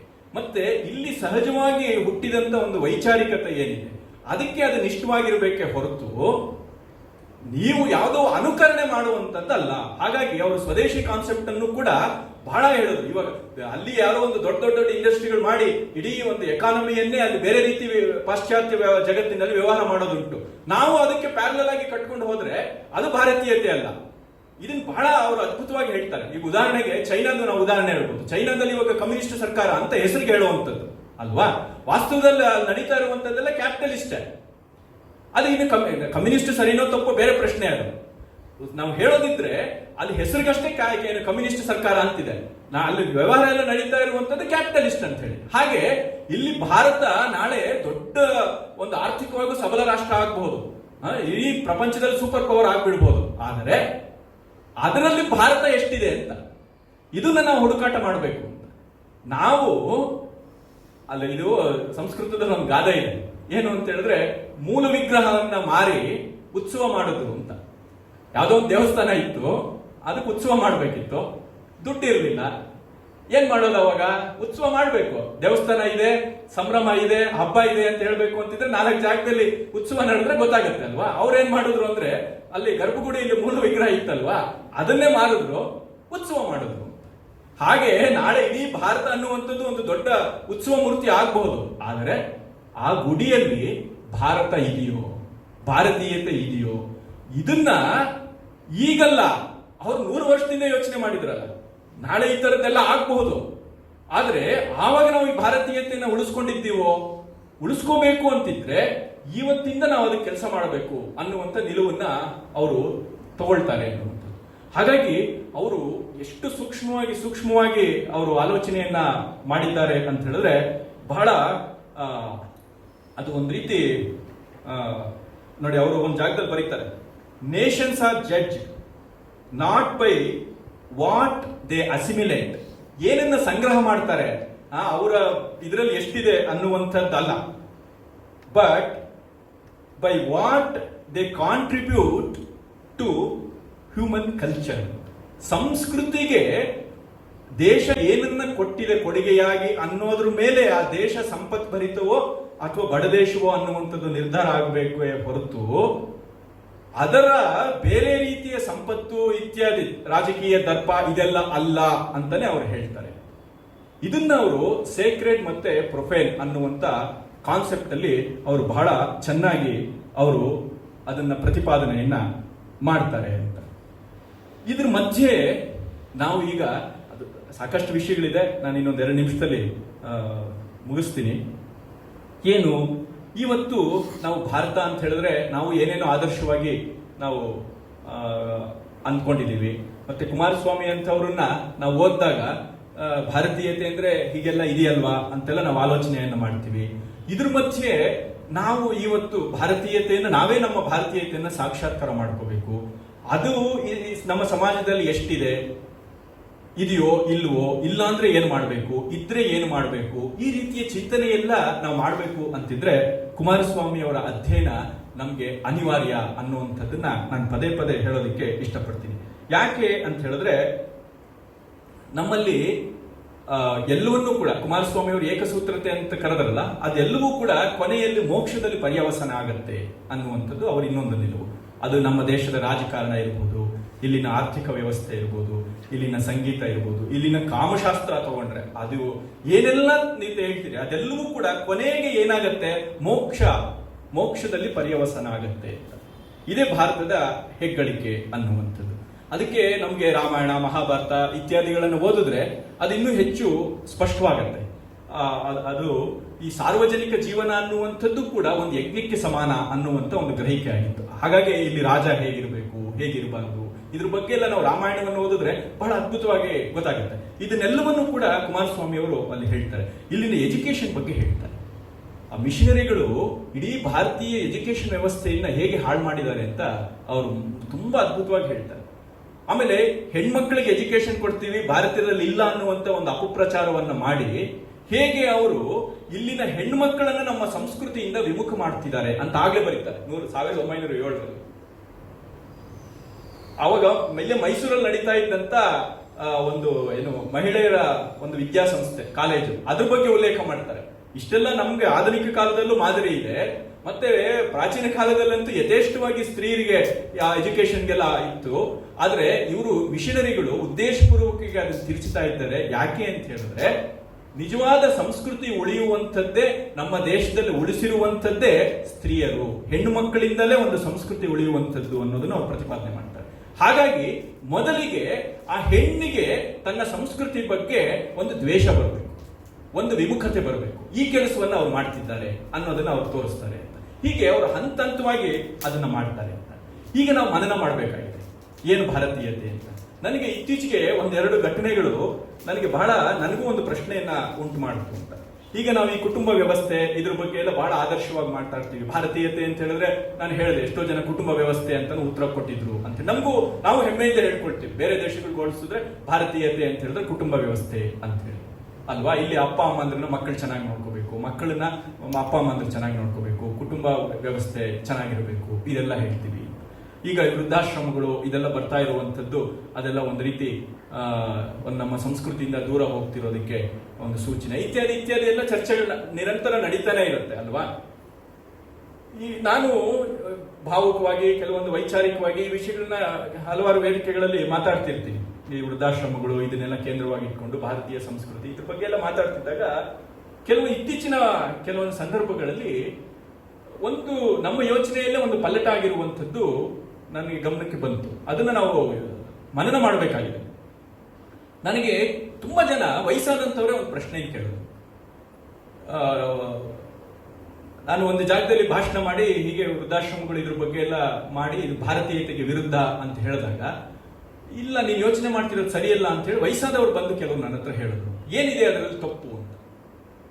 ಮಕ್ಕಳು ಅವ್ರ ಪಾಡಿಗೆ ಅವ್ರು ಇರ್ತಾರೆ, ನಾವು ನಮ್ಮ ಪಾಡಿಗೆ ನಾವು ಇರುವಂತ ಒಂದು ವ್ಯವಸ್ಥೆ ಬಂದ್ರೆ ಯಾಕೆ ನಾವು ಅದನ್ನ ನಿರಾಕರಣೆ ಮಾಡಬೇಕು? ಅದನ್ನ ಯಾಕೆ ತಪ್ಪು ಅಂತ ಅನ್ಕೋಬೇಕು? ನಾವು ವೃದ್ಧಾಶ್ರಮಕ್ಕೆ ಸೇರಿಸ್ಲಿ, ನಾವು ವೃದ್ಧಾಶ್ರಮದಲ್ಲಿ ಇರೋದಕ್ಕೆ ನಾನು ಸಿದ್ಧ ಇದ್ದೀನಿ, ನಾನು ಯಾಕೆ ಅವ್ರಿಗೆ ಹೊರೆ ಆಗಬೇಕು ಅನ್ನುವಂಥದ್ದು ಬಂತು.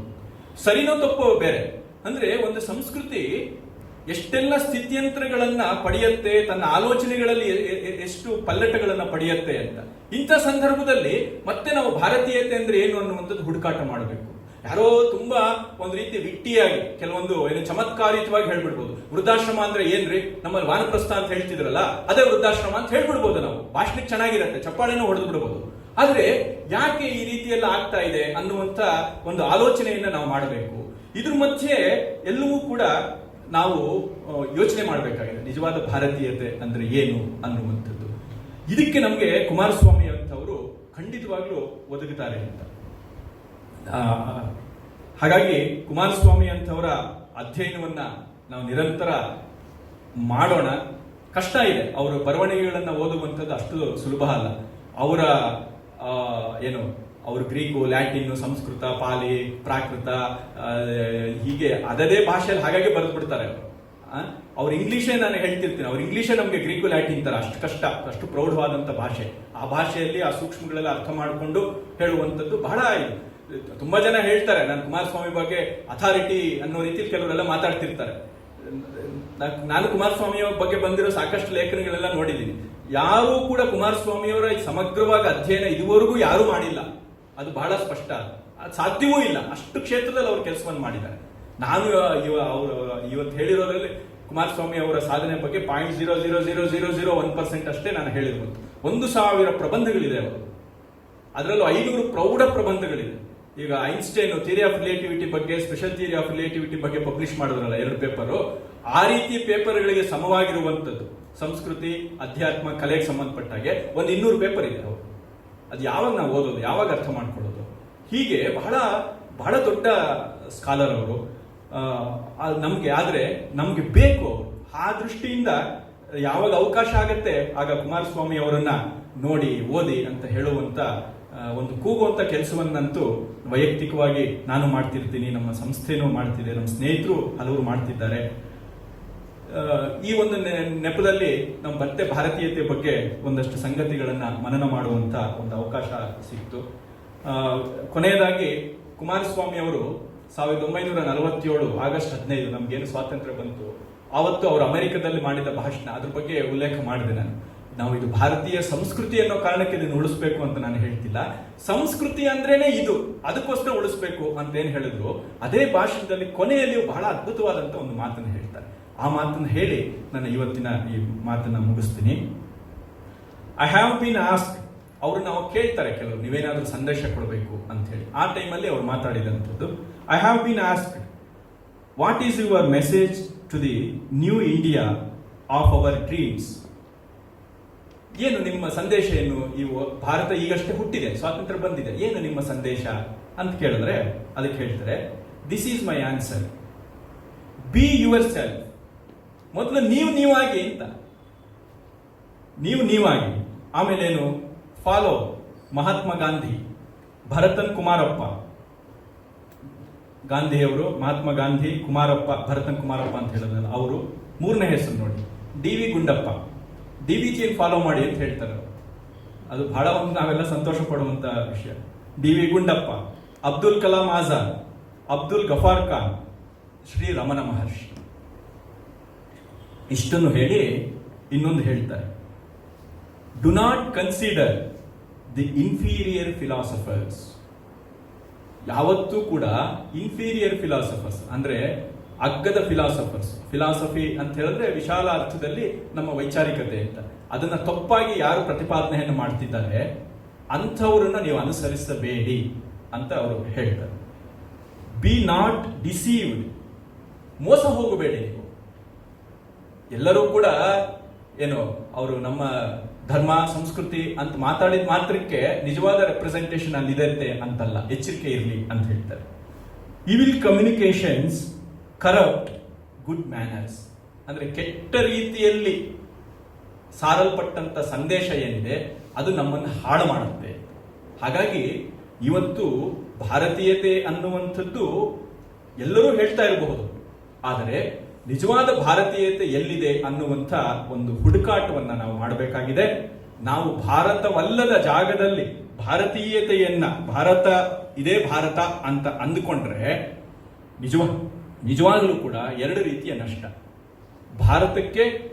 ಭಾರತವೇ ಹೊರಟೋಗುತ್ತೆ, ಭಾರತದಿಂದ ಹೊರಟೋಗುತ್ತೆ, ಭಾರತದಲ್ಲೇ ಕಾಣೆಯಾಗುತ್ತೆ ಭಾರತ ಒಂದು. 2ನೇದು, ನಾವೊಂದು ಕೆಟ್ಟ ಪರಂಪರೆಯನ್ನ ಮುಂದುವರಿಸಿದಂತ ಒಂದು ಅಪವಾದಕ್ಕೆ, ಪಾಪಕ್ಕೆ ತುತ್ತಾಗ್ತೀವಿ. ಹೀಗಾಗಿ ಕುಮಾರಸ್ವಾಮಿ ಅಂತವರು ಮತ್ತೆ ಭಾರತದಲ್ಲಿ ಭಾರತೀಯತೆಯನ್ನ ಪ್ರತಿಷ್ಠಾಪನೆ ಮಾಡೋದಕ್ಕೆ ಒಂದು ಬೆಳಕಾಗಿ ಒದಗಲಿ. ಆ ಬೆಳಕನ್ನ ಆರಾಧಿಸುವಂತ ದೀಪಾವಳಿ ನಮ್ಮ ಅಧ್ಯಯನದಲ್ಲಿ ಕಾಣಲಿ ಅನ್ನುವಂಥ ಆಶಯದೊಂದಿಗೆ ನನ್ನ ಈ ಮಾತುಗಳನ್ನು ಮುಗಿಸ್ತಾ ಇದ್ದೀನಿ. ಬಹಳ ವ್ಯವಸ್ಥಿತವಾಗಿ ಏನು ಮಾತಾಡೋಕ್ಕಾಗಿಲ್ಲ. ನನಗೆ ಏನೇನೋ ಆಸೆ ಇರುತ್ತೆ ಕುಮಾರಸ್ವಾಮಿ ಬಗ್ಗೆ ಮಾತಾಡಬೇಕು ಅಂತ ಹೇಳಿ, ಆದರೆ ಅದು ಪ್ರತಿ ಸಲಿನೂ ಆಗೋದಿಲ್ಲ. ಅದೊಂದು ಪೀಠಿಕೆ ಇದು ಒಂದಷ್ಟು ಹಾಕೋದ್ರೊಳಗಡೆ ಮುಗಿದೋಗುತ್ತೆ, ಆದರೆ ನಿರಂತರವಾಗಿ ನಡೀತಾ ಇರುತ್ತೆ. ಹಾಗಾಗಿ ನಾವೆಲ್ಲರೂ ಕೂಡ ಈ ಒಂದು ಸಾರಸ್ವತ ಯಜ್ಞದಲ್ಲಿ ಭಾಗಿಯಾಗೋಣ. ಈ ಅವಕಾಶ ಕೊಟ್ಟಿದ್ದಕ್ಕಾಗಿ ಎಲ್ಲರಿಗೂ ಕೂಡ ನಮಸ್ಕಾರ, ಧನ್ಯವಾದ.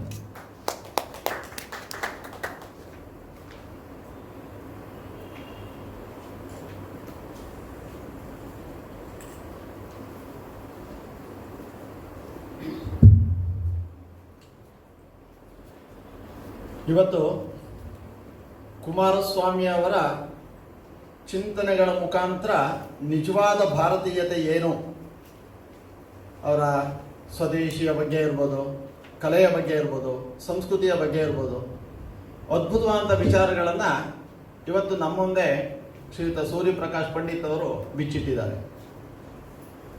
ಎಲ್ಲದಕ್ಕಿಂತ ಹೆಚ್ಚಾಗಿ ಇವತ್ತಿನ ಅವರ ಈ ಉಪನ್ಯಾಸವನ್ನು ಕೇಳಿದ ಮೇಲೆ ನಿಜವಾಗಿ ಸ್ವಲ್ಪ ಆದರೂ ಕೂಡ ಅವರೇ ಹೇಳಿದ್ರು, ಅದೊಂದು ದೊಡ್ಡ ಸಾಗರ ಕುಮಾರಸ್ವಾಮಿ ಅವರು. ಒಬ್ಬನ ಜೀವಿತದ ಕಾಲದಲ್ಲಿ ಅವರ ವಿಚಾರಗಳನ್ನು ನಾವು ಓದಿ ಅರ್ಥ ಮಾಡ್ಕೊಳ್ಳೋಕೆ ಸಾಧ್ಯ ಇಲ್ಲ ಅನ್ನುವಂಥದ್ದನ್ನು ಅವರು ಅವರ ಉಪನ್ಯಾಸದ ಸಮಯದಲ್ಲಿ 3-4 ಬಾರಿ ನಮಗೆ ಎಚ್ಚರಿಕೆಯ ಮಾತುಗಳನ್ನು ತಿಳಿಸಿದ್ದಾರೆ. ಆದರೂ ಸಹ ಯಾವುದು ಕೈಗೆಟ್ಟುತ್ತೆ, ಸಮುದ್ರನೇ ತಂದು ಮನೆಗೆ ಇಟ್ಕೊಳ್ಳೋಕ್ಕಾಗದೇ ಇರ್ಬೋದು, ಒಂದು ಬೊಗಸೆನಲ್ಲಿ ನೀರನ್ನಾರು ನಾವು ತರಬಹುದು. ಆ ರೀತಿ ಕುಮಾರಸ್ವಾಮಿ ಅವರ ವಿಚಾರಗಳನ್ನು ಒಂದು ಅಧ್ಯಯನ ಮಾಡಬೇಕು, ಅವ್ರ ಬಗ್ಗೆ ಹೆಚ್ಚು ತಿಳ್ಕೊಳ್ಬೇಕು ಅನ್ನುವಂಥ ಕುತೂಹಲ, ಆಸಕ್ತಿ ಇವತ್ತಿನ ಕಾರ್ಯಕ್ರಮ ನಿಶ್ಚಯವಾಗಿ ನಮ್ಮಲ್ಲಿ ಮೂಡಿಸಿದೆ ಅನ್ನೋದರಲ್ಲಿ ಯಾವುದೇ ಸಂದೇಹ ಇಲ್ಲ. ಈ ಒಂದು ಅದ್ಭುತ ವಿಚಾರಗಳನ್ನು ನಮ್ಮ ಮುಂದೆ ಇಟ್ಟು ಒಂದು ಹೊಸ ಲೋಕಕ್ಕೆ ಈ 1 ಗಂಟೆ ಯಾವ ರೀತಿ ಕಳೀತು ಅಂತ ನಮಗೆ ಗೊತ್ತಾಗಲಿಲ್ಲ. ಒಂದು ಹೊಸ ಲೋಕಕ್ಕೆ ಇದು ನಮ್ಮನ್ನೆಲ್ಲ ತಗೊಂಡು ಹೋಗೋದಕ್ಕೆ ಕಾರಣ ಆಯಿತು ಇವತ್ತಿನ ಈ ಉಪನ್ಯಾಸ ಕಾರ್ಯಕ್ರಮ. ಈ ರೀತಿಯ ಒಂದು ಉತ್ತಮವಾದಂಥ ವಿಚಾರಗಳನ್ನು ನಮ್ಮ ಮುಂದೆ ಇಟ್ಟಂಥ ಆದರಣೀಯ ಸೂರ್ಯಪ್ರಕಾಶ್ ಪಂಡಿತ್ ಅವರಿಗೆ ನಮ್ಮ ಸಂಸ್ಥೆಯ ಪರವಾಗಿ ಅನಂತ ವಂದನೆಗಳನ್ನು ಸಲ್ಲಿಸ್ತೀನಿ. ಹಾಗೆ ಇವತ್ತಿನ ಕಾರ್ಯಕ್ರಮದಲ್ಲಿ ಇಷ್ಟೊಂದು ಒಳ್ಳೆಯ ವಿಚಾರಗಳನ್ನು ನಮ್ಮ ಮುಂದೆ ಇಟ್ಟಿರುವಂಥ ಪಂಡಿತರಿಗೆ ಸಂಸ್ಥೆಯ ಪರವಾಗಿ ಒಂದು ಗೌರವವನ್ನು ಅವರು ಸ್ವೀಕರಿಸಬೇಕು ಅಂತೇಳಿ ಅವರಲ್ಲಿ ವಿನಂತಿಯನ್ನು ಮಾಡ್ಕೊತೀವಿ.